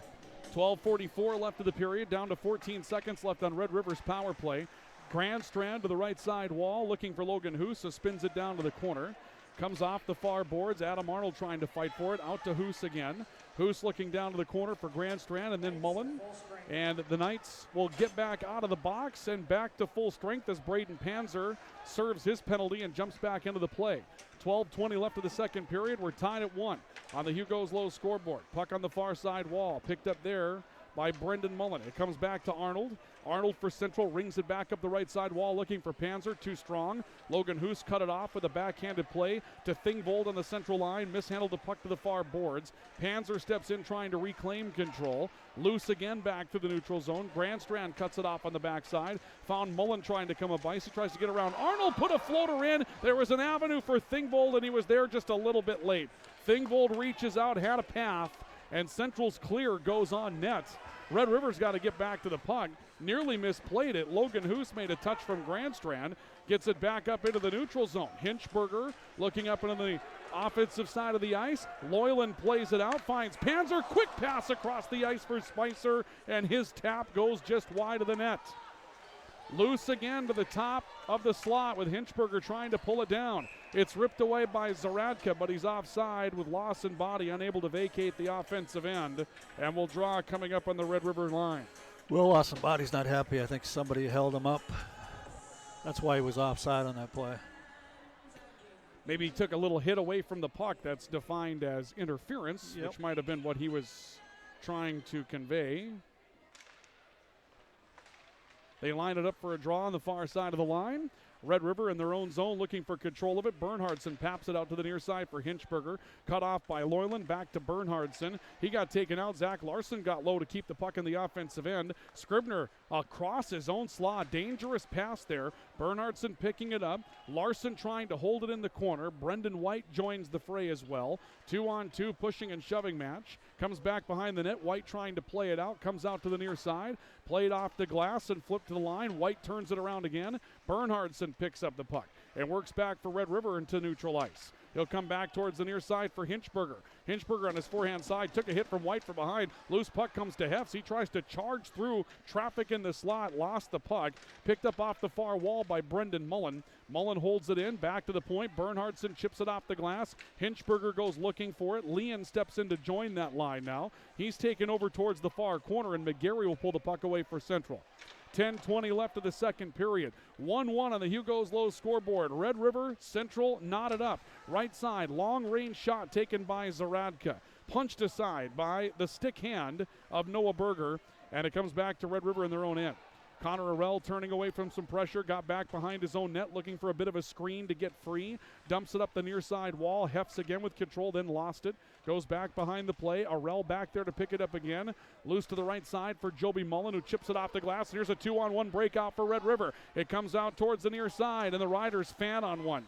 An opportunity for Landon Langenstein, who stepped into the varsity lineup on Friday night against South Shanley. He's up on the third line tonight for Red River. Had a chance on a 2-on-1 and misplayed the puck. Blaze Miller on the far wall for Central. They battle for control on the point. Comes back to the line, dumped back down by Michael Nottestedt. Down to 9:20 to play in the second period. Shots on goal 13-8 in favor of Central, but it's even here in this second period. Actually advantage Red River. Been a little bit more offensive for the Riders in part because of that penalty. Joey Kennelly on the right side lost control of the puck, and we may see an offside call against Central. 9:13 remaining in the second period. 13-8 shots on goal for Central, and Red River has really had the shots on goal edge the last couple of 3-4 minutes, but they had a power play. The power play was a big part of that. 4 shots. 9:13 left of the second. Puck loose in the neutral zone. Scribner, not Scribner, but rather Carson Caulfield picking it up for Grand Forks Central. Comes back to him on the right side point. He'll wheel it up the wall. Panzer takes a hit in the wall from Logan Hoos. Battle for control of the puck there. Chase Spicer trying to pull it away. Spicer got turned around, left it back for Panzer, then picked up back behind the net by Brendan Mullen for Red River. Tries to break it out. Wasvik on the near side wall. Gets held up as he got to the point. Battle for control there with Panzer jumping into that as well. Grandstrand pulled it away for the Riders. Looks to Brendan Mullen on the right side boards. Ooh. Mullen took a big hit from McGarry. McGarry measured him, was able to plant him, and the puck goes loose. Lawson body behind his own net to break it out for Central. Panzer going back to center. Now Panzer has to backtrack, and then he takes a hit from Wasvik from behind. And Wasvik and Panzer get up bumping and talking. Justin Wasvik has not met a night he will not go after. And as a matter of fact, Mason Thingvold just put his glove hand into Wasvik's face guard, trying to quiet him down. That's a teammate. Yep. Got to quiet that guy down. You don't need any penalties. I kind of like it. I like Wasvik. You know what? I like this Red River team. They're pretty gritty. Stepping out and saying, you know what? You're Central and you're the 3-time state champions, but you're not going to push us around. We're not going to be intimidated. I don't think they've beaten Central since, 16? Central hasn't lost to a North Dakota team since then. Yep. And so it would have been, state semifinals? I suppose, yeah. Back out in front, a puck scoots by Elseth as he was out of position. It floats into the far corner. Risky trying to pick it up. Works back up the wall for Connor Litzinger of Central. Back to Risky behind the line. Now gathered by Colton Bierge trying to break it out towards the near side. Gershevsky for Central with a touch. Back up in the neutral zone. Pulled free by Litzinger. He lost it. Floats to the far wall. Bernhardson got planted into the boards. Bierge tries to join that tussle. Into a 2-on-2 pushing and shoving battle on the far wall. Morgan Heff's digging out. He's got a lot of ice time tonight for Grand Forks Central, rather Red River, off that fourth line. Scribner behind the play defensively. Working back towards the far wall for Bernhardson. 7.5 to play in the second. We're still tied at 1. On the right side, a big hit on Hinchberger, leveled by Risky to knock the puck free. This floats back in the neutral zone. Connor Arell will go back to get to it. In the Red River zone, Arell trying to cherry pick on a pass to the right side for Hefts. It goes free. Hinchberger got a piece. Loose into the far corner. Mike Nottestead trying to turn it out for Red River. He gets into a battle with Joby Mullen on the right side corner. Puck comes back towards the point, then pinned down the half wall. Pulled free by Arell. Arell to the right side. Leduc trying to get through traffic. Deflected wide. Arnold chases it down. It goes near the Grand Forks Central net. Misplayed by Colton Bierge. And finally, Colby Elseth reaches down and decides to hold on to the puck. Bierge was actually trying to get it into the goaltender so he could cover it up. Smart play by a freshman. It was a very smart play. He just didn't quite handle it correctly, and it produced kind of a dangerous moment in the game. 1-1 tie on the Hugo's Low scoreboard here in the second period. Just 22 shots on goal tonight. Red River has yet to get their 10th shot on goal, and Central has yet to produce their 5th of the period. So it's been a bit defensive tonight between these two teams. Puck free on the near side wall. Chase being given by Carson Singh for Central to try to catch up to it. He plants in the corner, works out with Brendan White. Breakout pass to the right side for Zach Larson. And now right side for Tyler Zaradka. Zaradka trying to dangle around a couple of defenders. Got up to the far side wall. Turned aside by Joby Mullen. A big hit on Larson coming from Leduc. Then another hit from Nottestead by Red River behind the net. Ferocious back check here for the Riders, really cranking up the intensity.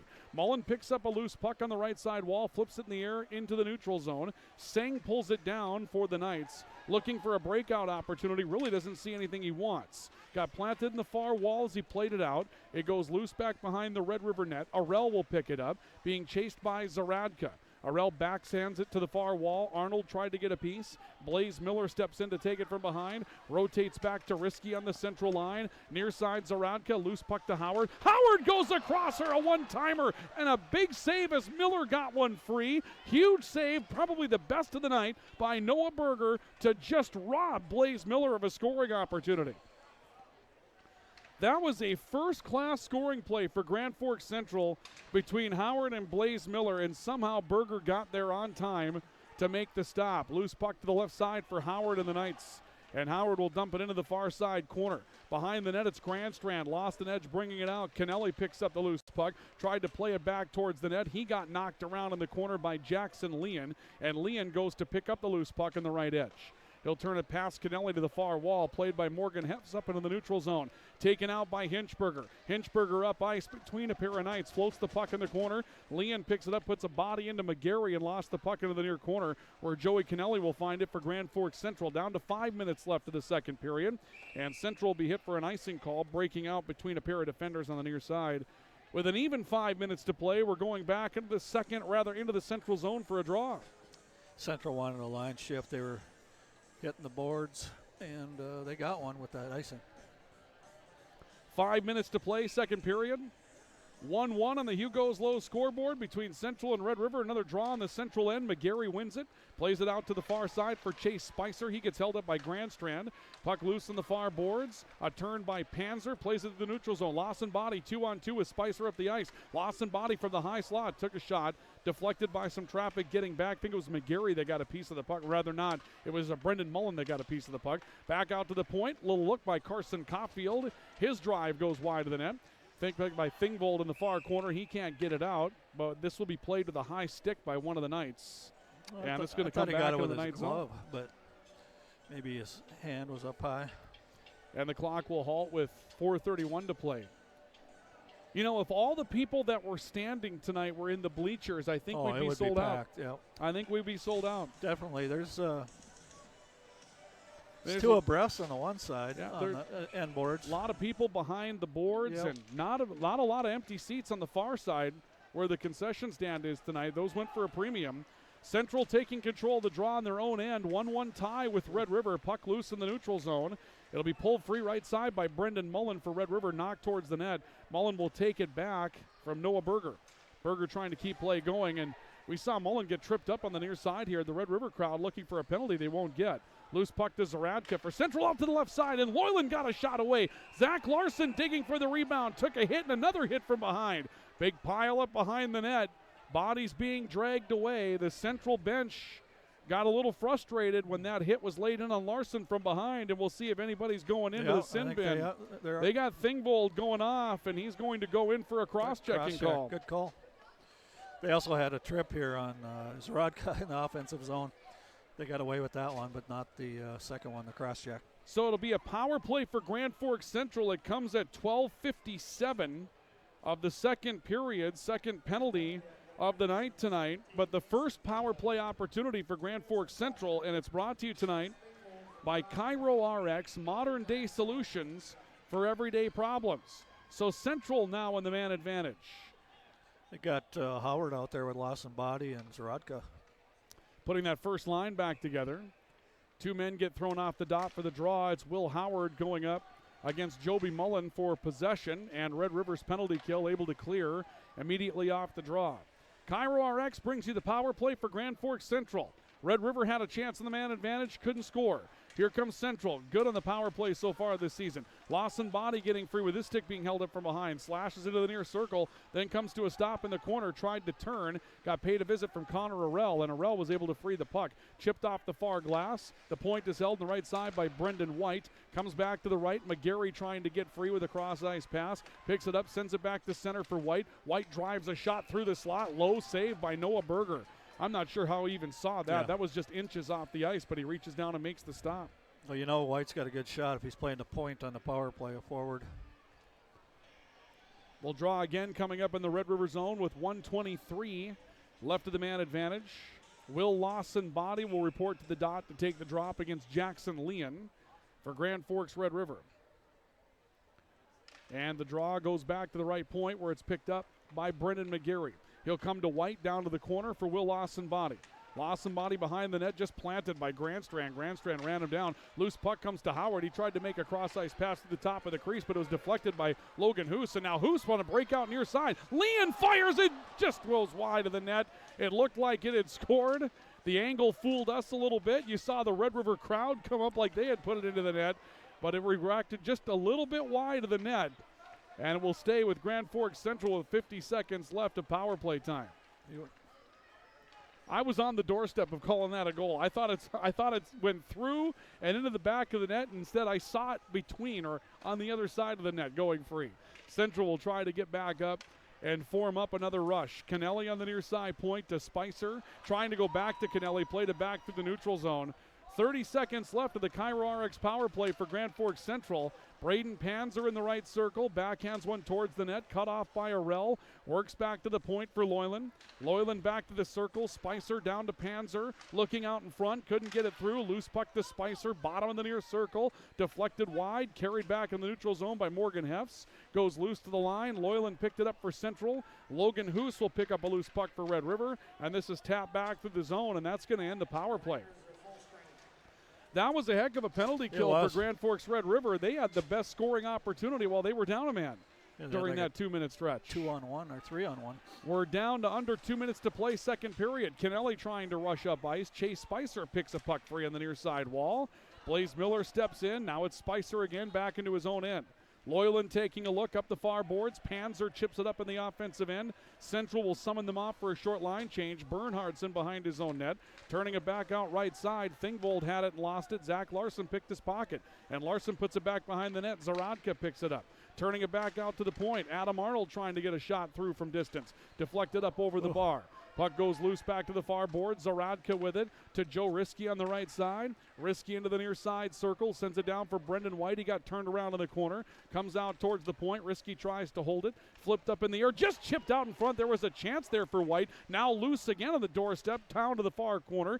Thingvold trying to backhand it out of distance with 1 minute to play in the period. Thingvold chips it off the glass out to the point for Arnold. Good cycle here for Central. Arnold driving into the corner, trying to find Zaradka. Then Arnold takes it behind the net, got cleaned out. Scribner picks up the loose puck, plays it off the wall. Colton Bjerge picks it up. Then Bjerge lost an edge. Loose puck out to center for Justin Wasvik. Wasvik coming up in the offensive end. Long range shot, gloved up easily by Elseth. He puts it right back in play with Connor Litzinger trying to keep momentum alive. 30 seconds to play now. Gershevsky gets held up. Loose puck to Wyatt Leduc for Grand Forks Red River. Leduc spins, brings it back out towards his own line. It flips free on the near side boards in front of the Central bench. Comes back to Leduc for Red River. He goes cross ice for Arell. Arell mishandled one with Leduc. The puck knocked free into the far corner. Gershevsky chases Leduc, but Leduc pitches it back up in the neutral zone, and this got past Adam Arnold. Down to 10 seconds left and counting. McGarry on the near side for Central. Back behind the net for Arnold. Down to 2, down to 1, and that's period number 2. Nothing in the second period. Each team with a power play, each team with a pretty good penalty kill in the second period. Limited number of shots, only 28 shots total between the two teams through 2 periods tonight, and it's a 1-1 game going to the third. Yes, I think Central had a 9-8 edge in shots on goal in that period. Pretty close period. Very good hockey. Good penalty kill by Red River, like you mentioned, Ryan. Red River's sticking right with them. Very good penalty kill for Red River. Maybe one of the highlights, couple of big saves as well, but nothing doing in the second. And after 2 periods on our Hugo's Low scoreboard, it is 1-1, Central and Red River. We'll come back with our second intermission report brought to you by Applegren Construction and ApplegrenHomes.com next. This is Central versus Red River Hockey on the Franson Bank and Trust Mayville State University Sports Network from KNOX. At Mayville State University, you're not a number. You're an important member of the Comet family. Your journey to success at Mayville State will include small class sizes, hands-on learning, accomplished and helpful instructors, and many athletic, arts, and leadership opportunities, all at an affordable price. Pursue associate's and bachelor's degrees online or on campus. Go to mayvillestate.edu/visit to learn more and to sign up for a campus visit today. Mayville State University. Your success is closer than you think.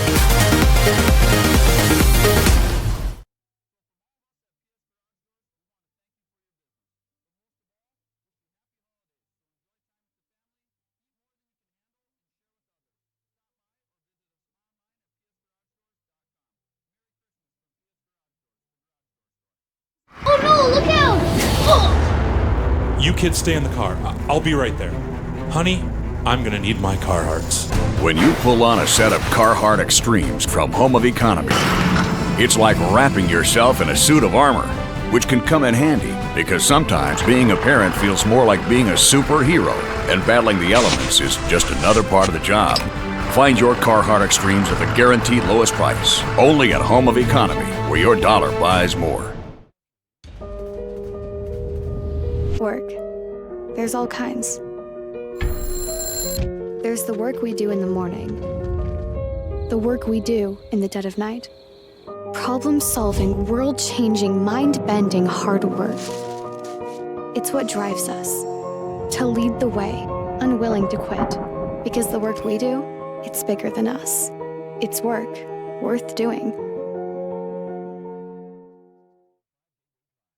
If you need cash, you need my friend Jerry Breyer from the Gold and Silver Exchange, Grand Forks. What should I bring in to get some cash, Jerry? We buy used jewelry, unwanted or broken jewelry. We pay top dollar. We also appraise and purchase estate valuables, coins, gold, silver, diamonds, anything gold or silver. We also sell refurbished jewelry at below wholesale prices. The only difference you'll see is the price you paid versus new jewelry. You're known for being honest, give fair prices. Better Business Bureau gives you the A+ rating, so they'll get a good price too, won't they? Oh, yes. Actually, this price is below wholesale prices, this refurbished jewelry. And the thing is, you can't tell the difference. And once you wear it a day, it's the same value that you will have paid at a jewelry store. Buying or selling, honest, fair prices from a trusted resource. Gold and Silver Exchange, 2124 Gateway Drive, Grand Forks, or call 701-746-9950.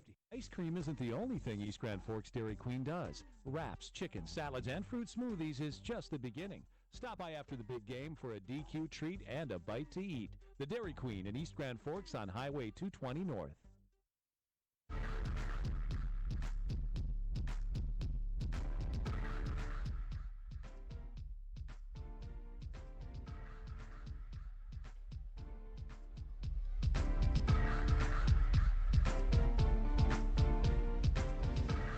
We welcome you back to Purpur Arena. It's live coverage of Central versus Red River Hockey tonight on the Franson Bank and Trust Mayville State University Sports Network from KNOX.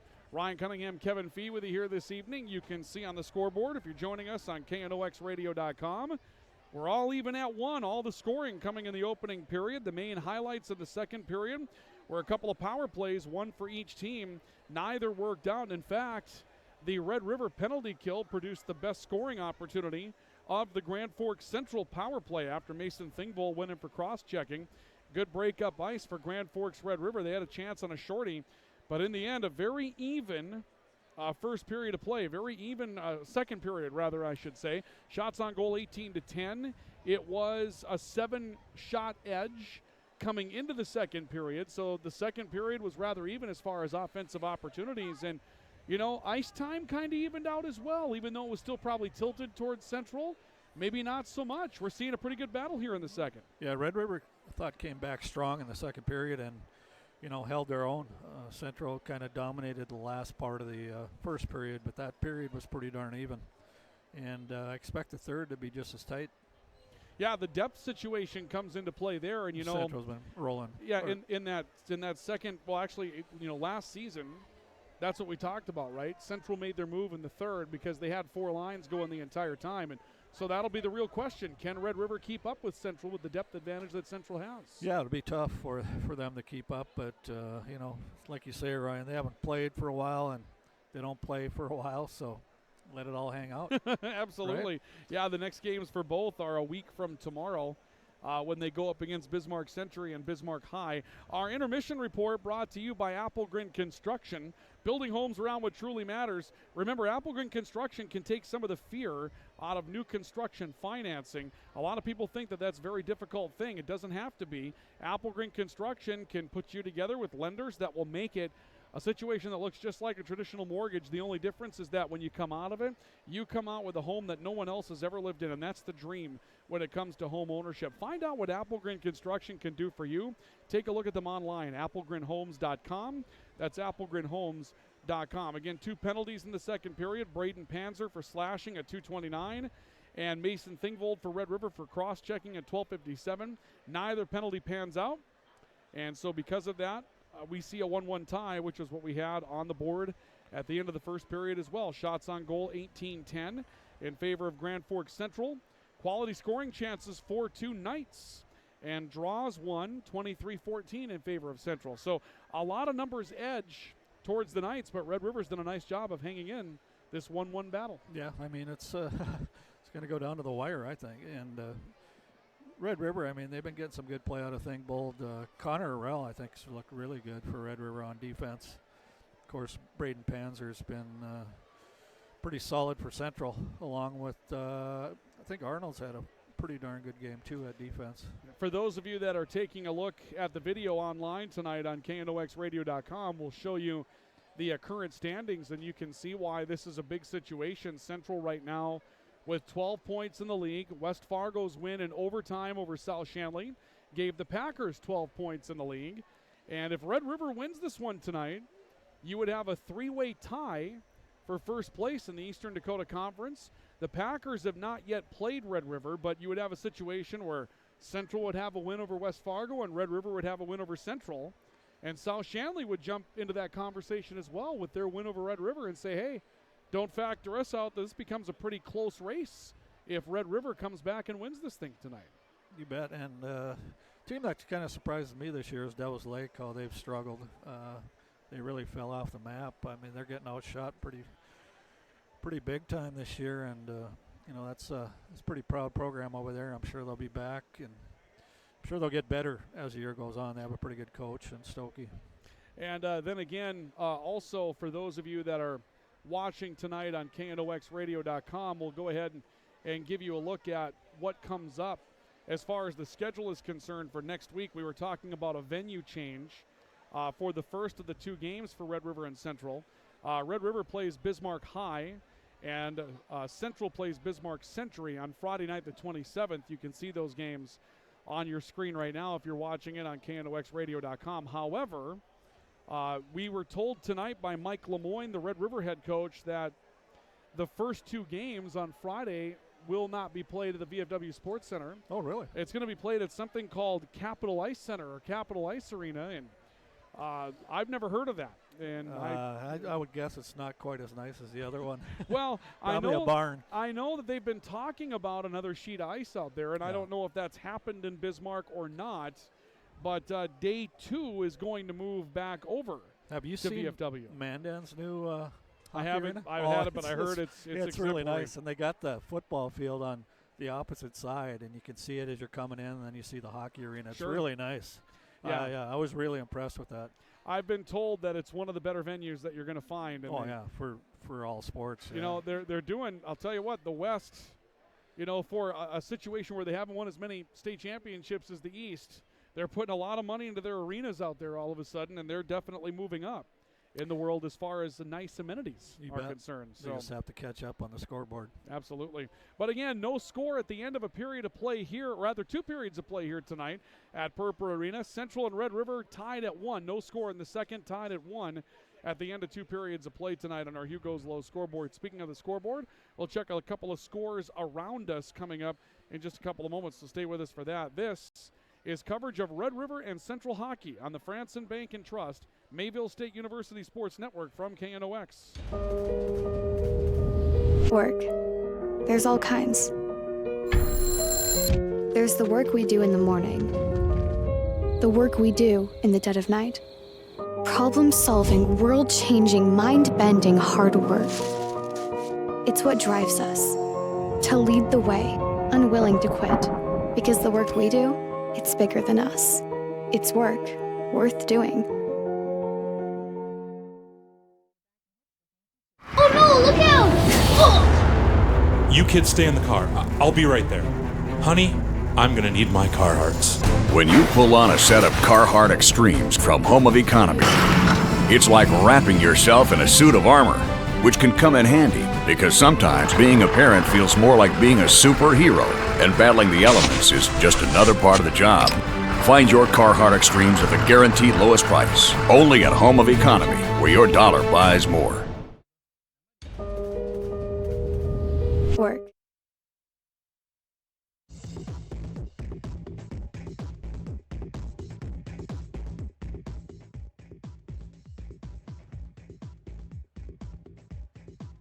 Welcome back to Purpur Arena as we continue with our coverage of high school hockey tonight on KNOX and the Franson Bank and Trust Mayville State University Sports Network. Ryan Cunningham, Kevin Fee with you here tonight.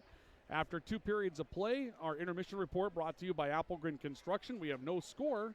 I'm sorry, 1-1. No score in the second, 1-1 after 2 periods tonight between Central and Red River. I guess I've never seen that Capital Arena in Bismarck. The only other arena I haven't seen in the state is, Williston, Dickinson, and Minot. I've never been to Minot's arena. Mesa's great. They're playing more of their games over at Mesa Arena now. They used to be out at the that's fairgrounds. a newer one? Yes, yeah. And it's a really nice arena. They've done a nice job of generating a good atmosphere around junior hockey with the Minotauros in Minot. Sure. So it's definitely a nice arena. I think that one is. When I played hockey, we didn't play the Western schools much. It was pretty much the East and Minnesota. Well, and, the crossover exists out of the Stadstead tournament days. When the Stadstead tournament fell apart, it was still a a Bismarck and Bismarck Century deal to kind of keep that moving. And so there's always there's a couple of games there, a nucleus, if you will, if you were going to put the tournament back together.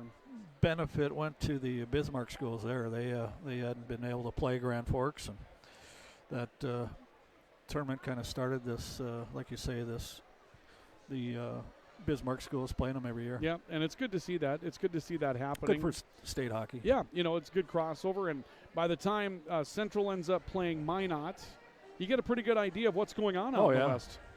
A couple of scores to pass along on the Hugo's Low scoreboard tonight.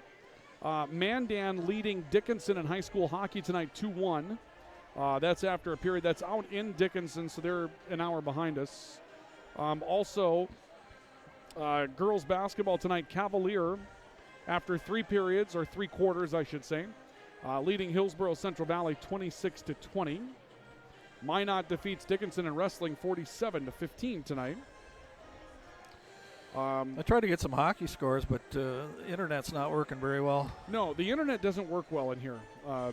As a matter of fact, if you ever hear of a nuclear attack going on anywhere, come to Purpur Arena, because nothing gets in here. It doesn't. You'll be absolutely sheltered from any fallout that would take place of the nuclear blast. So that's what we have to pass along to you right now as we get ready for our third period of action tonight. After 2 periods, 1-1, Central and Red River on the Hugo's Low scoreboard. Our third period of action is coming up in just a couple of moments on KNOXradio.com and the Franson Bank and Trust Mayville State University Sports Network. Work.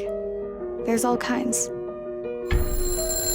There's the work we do in the morning, the work we do in the dead of night. Problem-solving, world-changing, mind-bending hard work. It's what drives us to lead the way, unwilling to quit. Because the work we do, it's bigger than us. It's work worth doing. Oh no, look out! Oh! You kids stay in the car. I'll be right there. Honey, I'm gonna need my Carhartts. When you pull on a set of Carhartt Extremes from Home of Economy, it's like wrapping yourself in a suit of armor, which can come in handy because sometimes being a parent feels more like being a superhero, and battling the elements is just another part of the job. Find your Carhartt Extremes at the guaranteed lowest price, only at Home of Economy, where your dollar buys more. At Mayville State University, you're not a number. You're an important member of the Comet family. Your journey to success at Mayville State will include small class sizes, hands-on learning, accomplished and helpful instructors, and many athletic, arts, and leadership opportunities, all at an affordable price. Pursue associate's and bachelor's degrees online or on campus. Go to mayvillestate.edu/visit to learn more and to sign up for a campus visit today. Mayville State University. Your success is closer than you think. Phil Thompson and Associates are on the job providing crop insurance, tax, and related service for farmers, businesses, individuals, and families since 1989. Phil Thompson and Associates.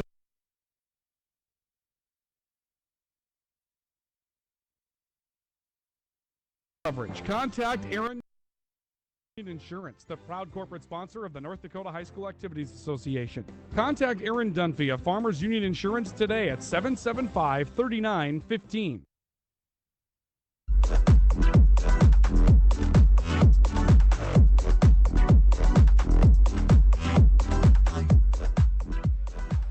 We're ready for a third period of action tonight on the Franson Bank and Trust Mayville State University Sports Network. Ryan Cunningham, Kevin Fee, Carson Williams on our camera work tonight here at Purpur Arena. He's doing a great job. He is doing a fantastic job for those of you that are tuning in tonight on KNOXradio.com. You know, we're getting closer and closer to being able to do more of this. We're just trying to work out some Technology. of the bugs. Well, yeah, and I'm old. Kevin, you and I are both old. Technology's for young people. And Noah Chalaya. It's for young people and Noah Chalaya, right? Yep. Hey, we're going back to the original first line for Central. Tonight's first line. Or second line, I should say. They've been mixing and matching like crazy. Right now you can tell that Grand Forks Central is trying to find what's going to work for them. They are absolutely doing what they can. Like this.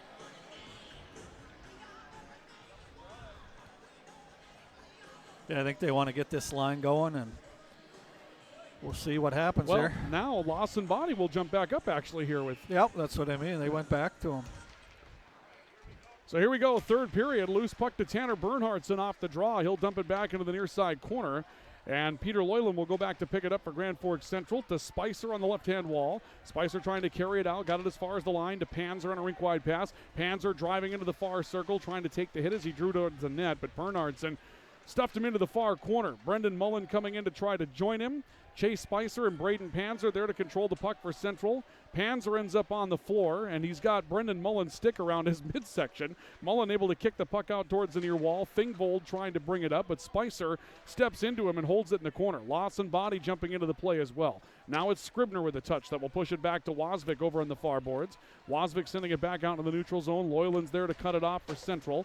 Taps it back near side. Spicer plays it down the near side wall.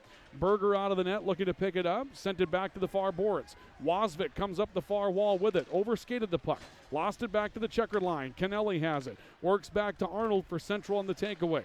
A minute into the third period. Still 1-1 on the Hugo's Low scoreboard. Puck up on the Dashers' far side. Connor Arell had it, lost it. Loose puck back to the right for Brendan Mullen. This will be icing, I believe, against Red River. Yep. It will be. And we'll come back into the Red River zone for a draw with 15:46 left in the third. Still tied at 1. Not a whole lot happening yet. No shots on goal. A little bit of a cycle for Central. Yeah. About a minute and a half into the third here. Tie game at Vital Purple Arena.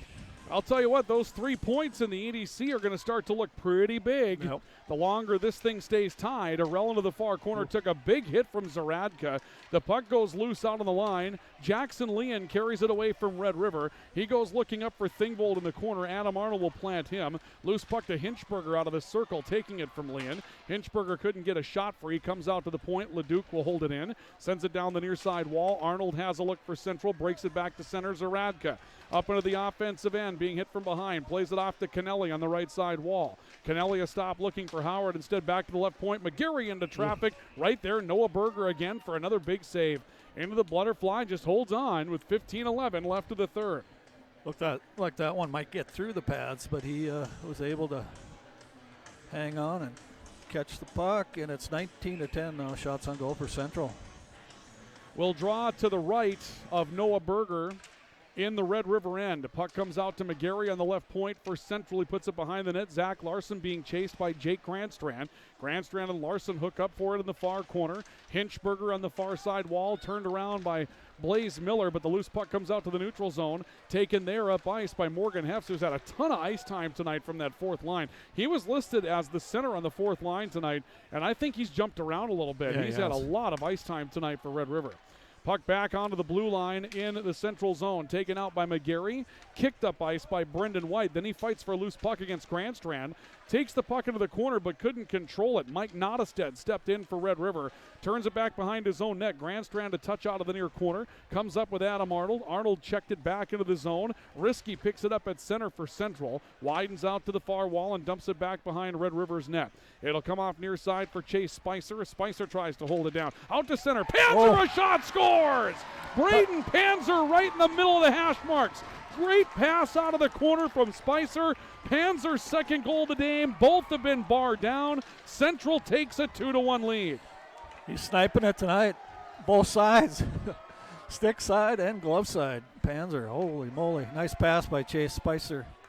Braden Panzer will score at 2:45 of the third period. Expect an assist from Chase Spicer, who made a brilliant pass out of the left corner to find Panzer waiting all by himself between the hash marks. And Central has the lead for the first time tonight with 14:15 left of the third. Panzer does get the goal. And Chase Spicer will pick up an assist. It'll be Panzer from Spicer at 2:45 of the third. And Central now takes a 2-1 lead. Panzer comes up with his 5th goal of the season, 13th point. Spicer will get his 7th assist of the season, his 9th point of the year, and now all of a sudden Central's on top by a score of 2-1. Red River with a furious shift coming out of the draw, now realizing they're behind in the game. Scribner fighting for a puck up in the offensive end. It works back to point for Scribner. He plays it down the wall for Wasvik. Now Brendan Mullen pulling it away. Mullen backhands it towards the slot, but nobody home. Spicer picks up the loose puck, breaks out with Panzer. Long pass intended for Spicer that was picked off. Correction for Lawson Body. It was picked off, and it comes back to Spicer in the neutral zone. And now another cherry pick pass again for Lawson Body that's too strong. He apparently got a piece of it, so no icing here. Arell will carry it back behind his own net for Red River. Chased down by Lawson Body from behind. Arell out to Wasvik on the far wall. Hit him in the skate. Spicer takes the loose puck. Comes back to Loyland, left point. Loyland Arister into traffic, deflected wide. Works back out in the neutral zone. Spicer there to pull it away. Sends it up through the near side. And Noah Berger will take it behind the Red River net as Central changes up. 2-1 Central on the Hugo's Low scoreboard. We've played 4 minutes of this third period of action. Joby Mullen breaking it out. Looking near side, found Wasvik. He surveys and dumps off the near wall. Circles back behind the net. Elseth looking to touch it up. Found Loyland. A breakout near side for Connor Litzinger. Litzinger goes rink wide to Dominic Gershevsky. And Gershevsky steps up into the neutral zone. He got hit by Leduc. The puck spun out towards the far side for Colton Bierge. Bierge lost the puck. Leduc will dump it back in the offensive end. Goes racing after it. Joe Risky there. Plays it back to Loyland for Central. Back to Litzinger near side. Litzinger took a hit. Joby Mullen keeps the puck in the offensive end for Red River. Back to Loyland off the near side again for Litzinger. Litzinger absorbs another bump, and now it's Bierge that gets sent to the wall by Joby Mullen. The puck will go loose, and icing is the call against Central. A good bounce back for Red River after giving up the goal. Still 2-1 Central, though, with 12:10 left of the third. It was funny. East Grand Forks leads Central in basketball 41-32, but they're only at halftime. Apparently a fire alarm went off over at Eastside High School, and so they had a massive delay getting the game underway. So that game is on our partner station, Rock 95, tonight, and that's a pretty good game. That's a high-octane East Grand Forks team. Central's within 9 at the break. Here it's 2-1 Central over Red River. Somebody couldn't get there till later, so they pulled that alarm, I suppose. It might have been. 12 minutes left of the third. We draw on the Red River end. The puck goes loose off the draw. Kennelly backhanded the right side, swept wide by McGarry. It'll come out near side ice for Colin Copfield. Puck goes loose in the wall. Another big hit coming from Zaradka. Now a battle with Howard and Jackson Leon. Leon won it out to the far point. A drive that goes wide. There's a loose puck out in front of the net. Elseth trying to find it. It's still loose there. Big, massive bodies out in front of the net. Finally swept free by Kennelly. He comes free with Will Howard on the right side. Drops it off for Howard. Howard loses the puck trying to get through, and now we've got a whistle as the net was knocked loose back in the central end. They'll put that back, and we'll come back and draw perhaps around the line someplace. Did you buy a 50-50? I did not. I didn't. Did you? You're not going to win then. No, I didn't either. No, you can't. Lady Luck doesn't find you unless you play. I heard that when they started the lottery back in North Dakota. Find one on the floor or something. They're going to bring this out to center to drop it with 11:15 left of the third. 2-1 in favor of Central. 2 goals from Braden Panzer tonight, the difference right now. Brendan White will take the draw against Mike Nottestead. They put it down. White trying to knock it free. Thingvold steps in to take control of the play for Red River. Backhands it down the far ice. This will loop back behind the net. Arnold was there. Circles it back out to the near side for Blaze Miller. Miller trying to go rink wide. Got held up with a puck. It goes loose at center. Brendan Mullen was able to take control. He comes up for Thingvold. We've got a whistle and offside against the Riders. We'll come back onto the central line for a draw with 10:56 left of the third. For those of you watching on the video feed, we got to change the scoreboard for you. I forgot. I'm in charge of that tonight. Why didn't you remind me? I'm sorry. I forgot. We got extra duties tonight, man. I know. You got to let me know that these things are going on. Not your fault, Kevin. You got it. 2-1 Central on top. A 1-goal lead for the Knights. Puck on the left side. Nottestead dragging it in. Got pulled down from behind. Puck loose to Zach Larson for the Knights on the far wall. Batted away from Brendan White by Wasvik. Puck will come out to the near boards. Squeaks free into the circle. White pulls it free. Goes rink wide. Connor Arell chasing after the puck. Arell will go back to get it, circles back behind the net, comes to a snowplow stop, works out far wall, instead comes back to the near edge on a pass for Thingvold. Thingvold's up ice, little 3-on-2 for a moment. Thingvold drives laterally across the high slot, then lost the puck to Will Lawson Body, but he couldn't handle it. Back to the right side, Nottestead looking for a chance, send a shot wide. Back behind the net, Wasvik trying to drag it out in front. Lawson Body back checked it off his stick, works back to the right side for Spicer. Backhand play for Lawson Body on the near wall, crashing through the circle hard, back to his forehand side, and he scores! What a play by Will Lawson Body. He drags it from the wall, put it on his forehand side, and there was just no chance to catch up with his speed. Will Lawson Body makes it 3-1 Central. He showed his two biggest assets, his hands and his speed. Went along the wall and came around, circled to the net, and beat the goaltender with a nice move. Just a great individual play. You could see it coming, and it was just up to Noah Berger to decide which way Lawson Body was going to come after him, and he went to his forehand side and won it. You could kind of tell when he was down in his own zone that he was going to fly out of the zone. It's just his third goal of the year, his 10th point. He's had perhaps a slow start by his own standards, but that's a big goal for Central. Puts them up 2 at the 10-minute mark of this third period of play as we get the official scoring on the Spicer goal. probably got an assist. There will be an assist for Chase Spicer. So that'll be Lawson Body from Spicer. Time of the goal, 6:56. Red River's down by a 3-1 margin now. Puck loose in the Grand Forks Red River zone as Adam Arnold goes after it. Arnold trying to catch it with a puck in the near side corner. He got held up a little bit. Puck works back to the point. Jake Grandstrand was there to try to hold it in the offensive end. Puts it back behind the net. Joe Risky over to pick it up. Risky takes it back out towards the far wall. Got held up a bit trying to find Adam Arnold. Puck goes loose. A drive towards the net. Right side. Jackson Leon going short side. And there's a big glove save by Colby Elseth. He'll hold for the whistle with 9:05 left of the third. Elseth really played well. Faced 12 shots tonight. Yeah. The first one he faced went in. No. Faced 13 After shots that tonight. One, now has made 12 saves. After that one, he's been real solid. And there have been some flurries. There have been some things out in front of the net that have been uncomfortable for the Central goalie. So even though it's a minimal amount of shots, he's made some quality stops tonight. And how about the other goaltender? You can't fault him on any of those 3 goals. Not at all. Puck in the near side with Caulfield for Grand Forks Central into the Red River zone. Got around Scribner but lost the puck towards the net. Be picked up by Tanner Bernhardson, but Bernhardson got turned around by Will Howard. Scribner back to the far wall. Will Howard picking up the puck for Central. Comes back out as far as the point. Kennelly stepped in and took control. Chips it off the glass. This will float back into the corner. Red River can't get it out. Now Thingvold takes one away from Kennelly, and it's Thingvold coming up into the neutral zone. Thingvold driving out right side. Little poke check from McGarry, freedom of the puck. Loose puck to Zaradka on the Red River line, Central line. And Zaradka comes up into the offensive end. Backhands one for Kennelly. Kennelly creeping in, firing. Puck deflected, flips up over the bar into the webbing, and will draw on the Red River zone. Couldn't see that one. I thought it might have been in. Tomorrow night's another one. War Road and East Side. Big time tomorrow night. Wow, do they have a great rivalry. They've had some great games over there. Well, Thief River Falls, War Road, and East Grand Forks are the power of Section 8A. So they just kind of have the tradition of playing big games against each other. Puck on the near side boards, off the draw. Blaze Miller digging for it for Central in the Red River zone. Found it to Brendan White in the corner. White circling back towards the net, got turned around. Oh, quick short side chance for Miller. Now backhanded by Larson. That goes wide of the net as well. Neither of them got on net, but there were a couple of close calls. Joby Mullen up into the neutral zone and into the offensive end for Red River. He went looking on the right side for Drew Mellon. We've seen Mellon out there a couple of times tonight. It works back to Nottestead. Mellon with a touch. Got knocked free. Brendan White comes away with a puck for Central. Out to Blaze Miller on the right. Then a quick drive from the point by Leduc. Put it in on Elseth. Elseth will cover for the whistle with 7:36 left of the third and a 3-1 lead in favor of Grand Forks Central. Red River needs a pop one in here. Well, they need to pop 2 in short order here. Yeah, but I mean, to get Obviously, that goaltender pulled at the right, end. yeah, you got to give yourself a chance with the empty net. And the empty net worked out big for them against South Shanley. They were down 2-1 in that game, and they brought out the extra attacker. Jake Grandstrand was able to score the tying goal that sent it into overtime.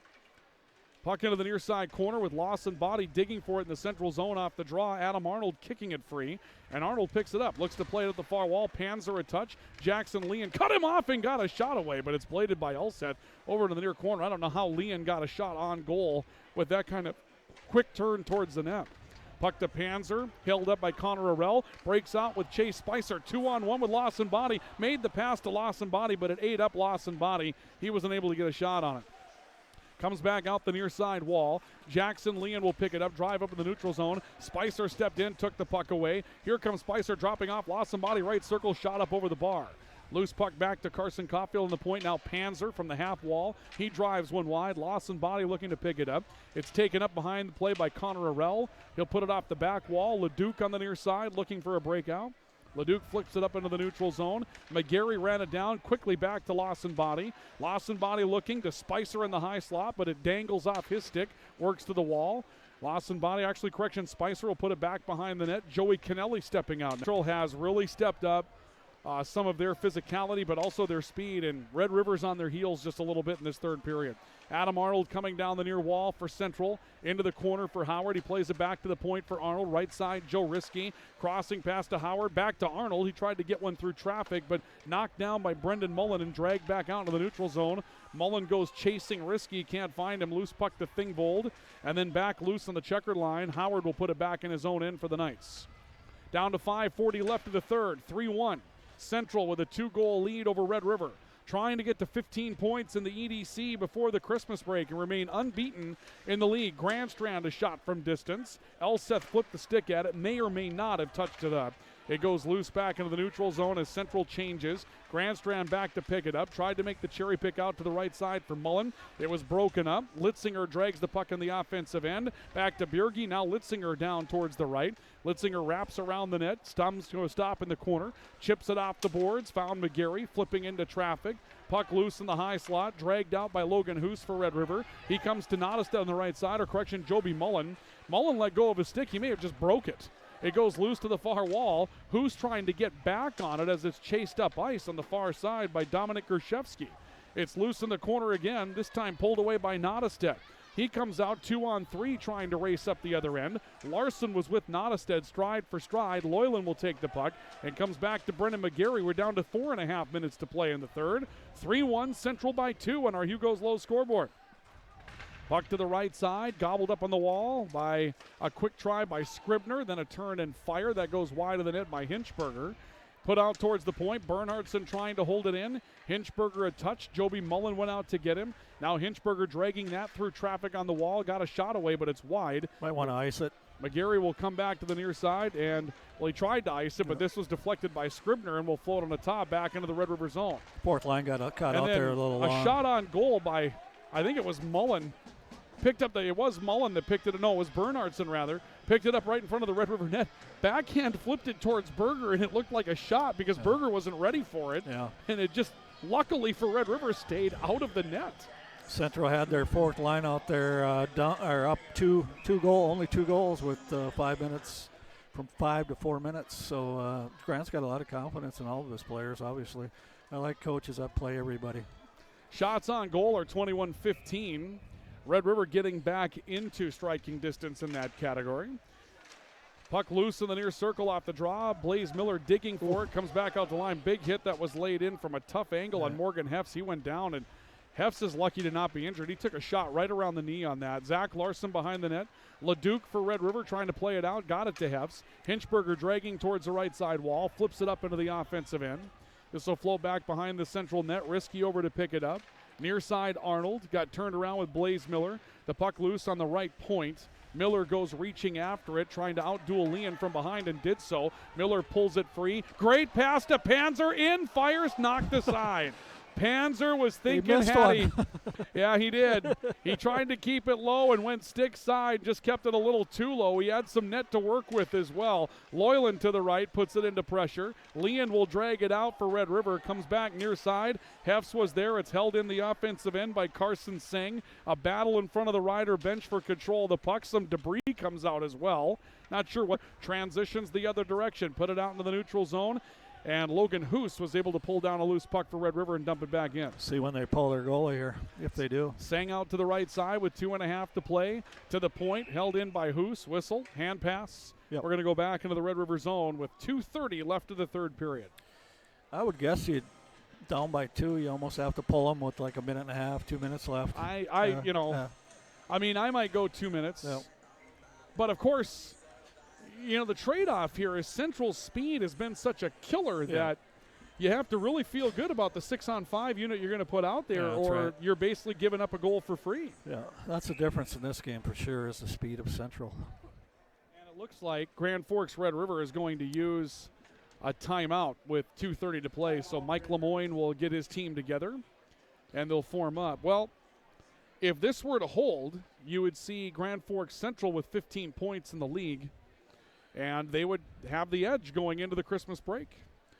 Yeah, Central, they lost a lot, but they have a lot back. That first line, second line, those two lines are pretty solid. Third and fourth are great workers, and Central just keeps on putting out the talent. Red River obviously has some very good players too. Some young kids that be really good. Take a look at the standings for those of you watching on KNOXradio.com tonight. I haven't seen Coleman much tonight. Ever since the first period. Yeah, you wonder if he got hurt. Took a hit or something like that. West Fargo and Central with 12 points in the league. West Fargo's idle tonight. So Central with a win, if they were to hold on, would move to 15 points and take over first place. Davies is idle. Red River playing tonight. And South Shanley is idle. So if things were to hold, there would be a three-way tie for third coming out of the night. And it would be an interesting three-way tie because Davies lost to South Shanley, and Red River hasn't played either as of yet. 2.5 minutes left of the third period. 3-1, 2-goal lead for Grand Forks Central over Red River. Timeout brought to you by New Vision Truck Accessories, your truck accessories supercenter in Grand Forks.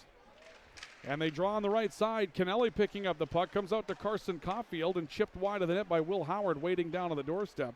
Puck comes out to the point. It's held in by McGarry. I'm sure Red River talked about getting the net empty, but they've got to figure out how to get it out of their end first and give themselves a chance to come out with the extra attacker. Thingvold working back ahead of the checkered line, drives into the offensive end. Noah Berger taking a look at the bench, out between the hash marks in his own end. He isn't coming off yet with 2 minutes left of the third. Puck goes loose in the neutral zone, and Logan Hoos will go back to run it down. It's on an edge, rolling back behind the net. Grandstrand with a touch on the near side wall. Mishandled it. Loose puck comes to Zaradka. He looks at Howard behind the net. Howard and Kennelly on the far side, but it goes back out to McGarry on the point. McGarry, a slap shot, nearly got it through traffic. Loose puck comes out towards the right side and taken up on the right side by Mike Nottestead. Puck in the offensive end. Quick shot over the bar. That shot was taken by Brendan Mullen. And now the net will become empty in the Red River end. So the extra attackers on the ice with 1 minute and 25 seconds left to go of the third period. Red River down 2. They need 2 scores to try to force extras tonight. Howard on the right side wall. Loose puck to Hinchberger. Made a swipe at it. Couldn't put it in. Loose puck to Hoos. It goes out in the neutral zone. Kennelly picks it up in an empty net. And Kennelly lost it. Great play getting back on the right side by Logan Hoos and Connor Arell. And it was Arell that knocked the puck free to prevent the empty net goal. A shot by Hinchberger wide. Second effort goes through the crease, coming from Hinchberger on the far point. Now another puck loose in the neutral zone.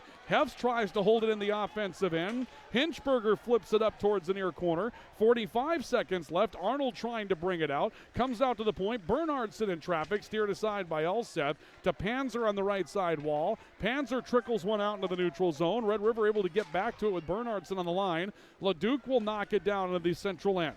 Held up behind the net by Elseth. It goes loose to the near side corner. Near side, LeDuc throwing a body. Thingvold stepping in for the puck. Can't get there. Lawson body out trying to fight the puck free. He was held by Bernhardson. Down to 20 seconds left. And the puck ends up in the Red River bench. They'll be putting their goalie back in here, I'm sure. There was a chance for Red River. Obviously a great chance for Central. Kennelly getting held up. But there was a chance for Red River on the other end. And they just didn't quite have what it took. That puck just kind of floated through the crease. They're going to keep the goalie in. They'll keep the goalie on or the bench. out, excuse me. Yeah, 18.6 seconds left of the third. The Riders win the draw. Arell taking a look. Comes up right side for Thingvold. He'll load up. Put one right into Adam Arnold's ankles. Comes back near side. Blaze Miller with a hit. Down to 5 seconds left. And Central's going to win the first salvo against Red River in the Crosstown Series tonight. And Grand Forks Central will win it by a final score of 3-1. 2 goals for Braden Panzer, including the game winner. Will Lawson Body puts one in on a great individual effort. And we see Grand Forks Central improve to 15 points in the league. Central will go to 3 points in the Gambucci Cup standings and jump into second place there. Now 2 points behind East Side's 5 that they got for the win and the shootout win versus Central and Red River respectively. But a great first game between these two. And I'll tell you what, Kevin, the question that we had is, okay, we knew East Side was good. We knew Central was good. How good would Red River be coming into the season? Red River took East Side to that draw and shootout. We knew this would be a good one. It was just an issue of depth. Central had a little bit more in the third period tonight than Red River did. Yeah, and Red River obviously playing without Coleman there for at least the third period. He's not even out on the ice right now shaking hands, so I don't hate to speculate, but he might have been injured. Might have been pulled out of that one, and you know the situation with him, he's that freshman that's done so much on their first line that, you know, really he would have been a difference maker, and that's a tough guy to skate without during the third period of play. But Grand Forks Central gets the win, and they will improve in the overall tonight to 5-1, and they'll move to 15 points in the league. Grand Forks Red River falls to 3-2-1. We'll go to our post-game report next, brought to you by Spray Advantage, and also brought to you tonight by Home of Economy. Our post-game report is on the way next. Stay with us. You're listening to Central and Red River Hockey on the Franson Bank and Trust Mayville State University Sports Network from KNOX. Work. There's all kinds. There's the work we do in the morning. The work we do in the dead of night. Problem-solving, world-changing, mind-bending hard work. It's what drives us. To lead the way, unwilling to quit. Because the work we do, it's bigger than us. It's work worth doing. Oh no, look out! Oh! You kids stay in the car. I'll be right there. Honey, I'm gonna need my Carhartts. When you pull on a set of Carhartt Extremes from Home of Economy, it's like wrapping yourself in a suit of armor, which can come in handy because sometimes being a parent feels more like being a superhero, and battling the elements is just another part of the job. Find your Carhartt Extremes at the guaranteed lowest price, only at Home of Economy, where your dollar buys more.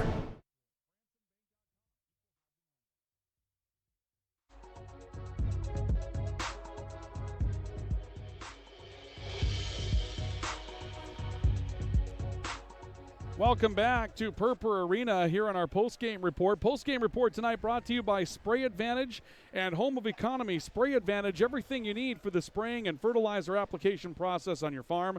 Spray Advantage has things in stock the other guys don't. Tips, tanks, nozzles, and pumps. Grain carts, seed tenders. See Spray Advantage and make them a part of your agricultural plan. 2 locations to help you in Grand Forks and St. Thomas. Home of Economy, they're the original home of the guaranteed lowest price. Home of Economy on North Washington Street, founded in 1939. Home of Economy with a great selection of cold weather gear, which for whatever reason in December has been necessary. It's been kind of cold out there. It'll warm up this weekend, but if you're looking for some gift-giving ideas from some people that could really use a pair of muck boots or some new cold weather gear, Home of Economy has it for you.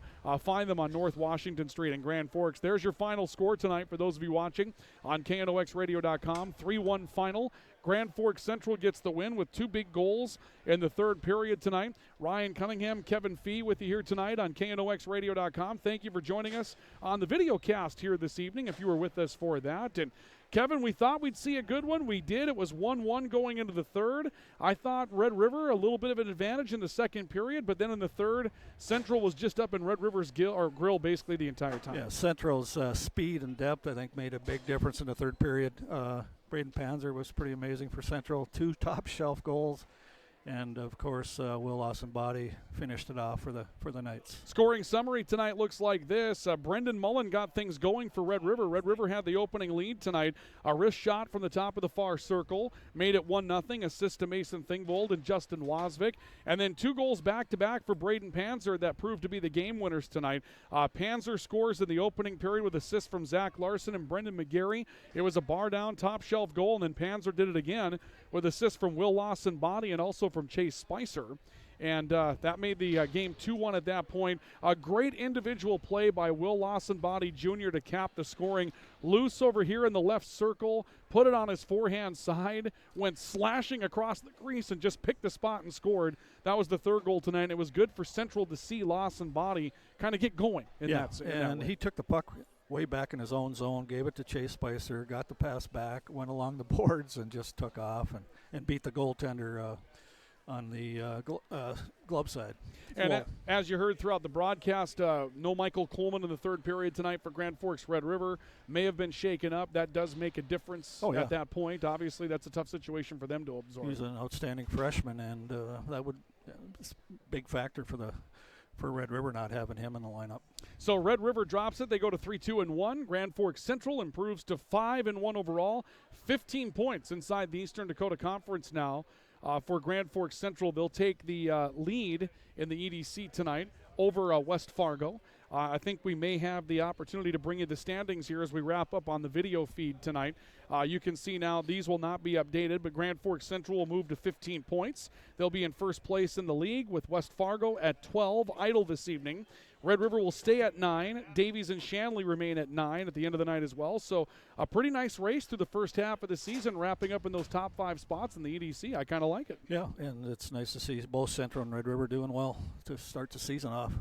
So for those of you joining us tonight on KNOXradio.com, we thank you for joining us for the broadcast tonight. Your final score, 3-1, Grand Forks Central on the Hugo's Lowe's scoreboard. For those of you on KNOX Radio, stay with us because we'll continue our post-game report with our player awards tonight. We'll have our 3 stars of the game, which are brought to you tonight by PS Garage Doors, and our Finest Auto Trim Finest cover of the game tonight, brought to you by Finest Auto Trim, as well as our post-game report continues next on the Franson Bank and Trust Mayville State University Sports Network.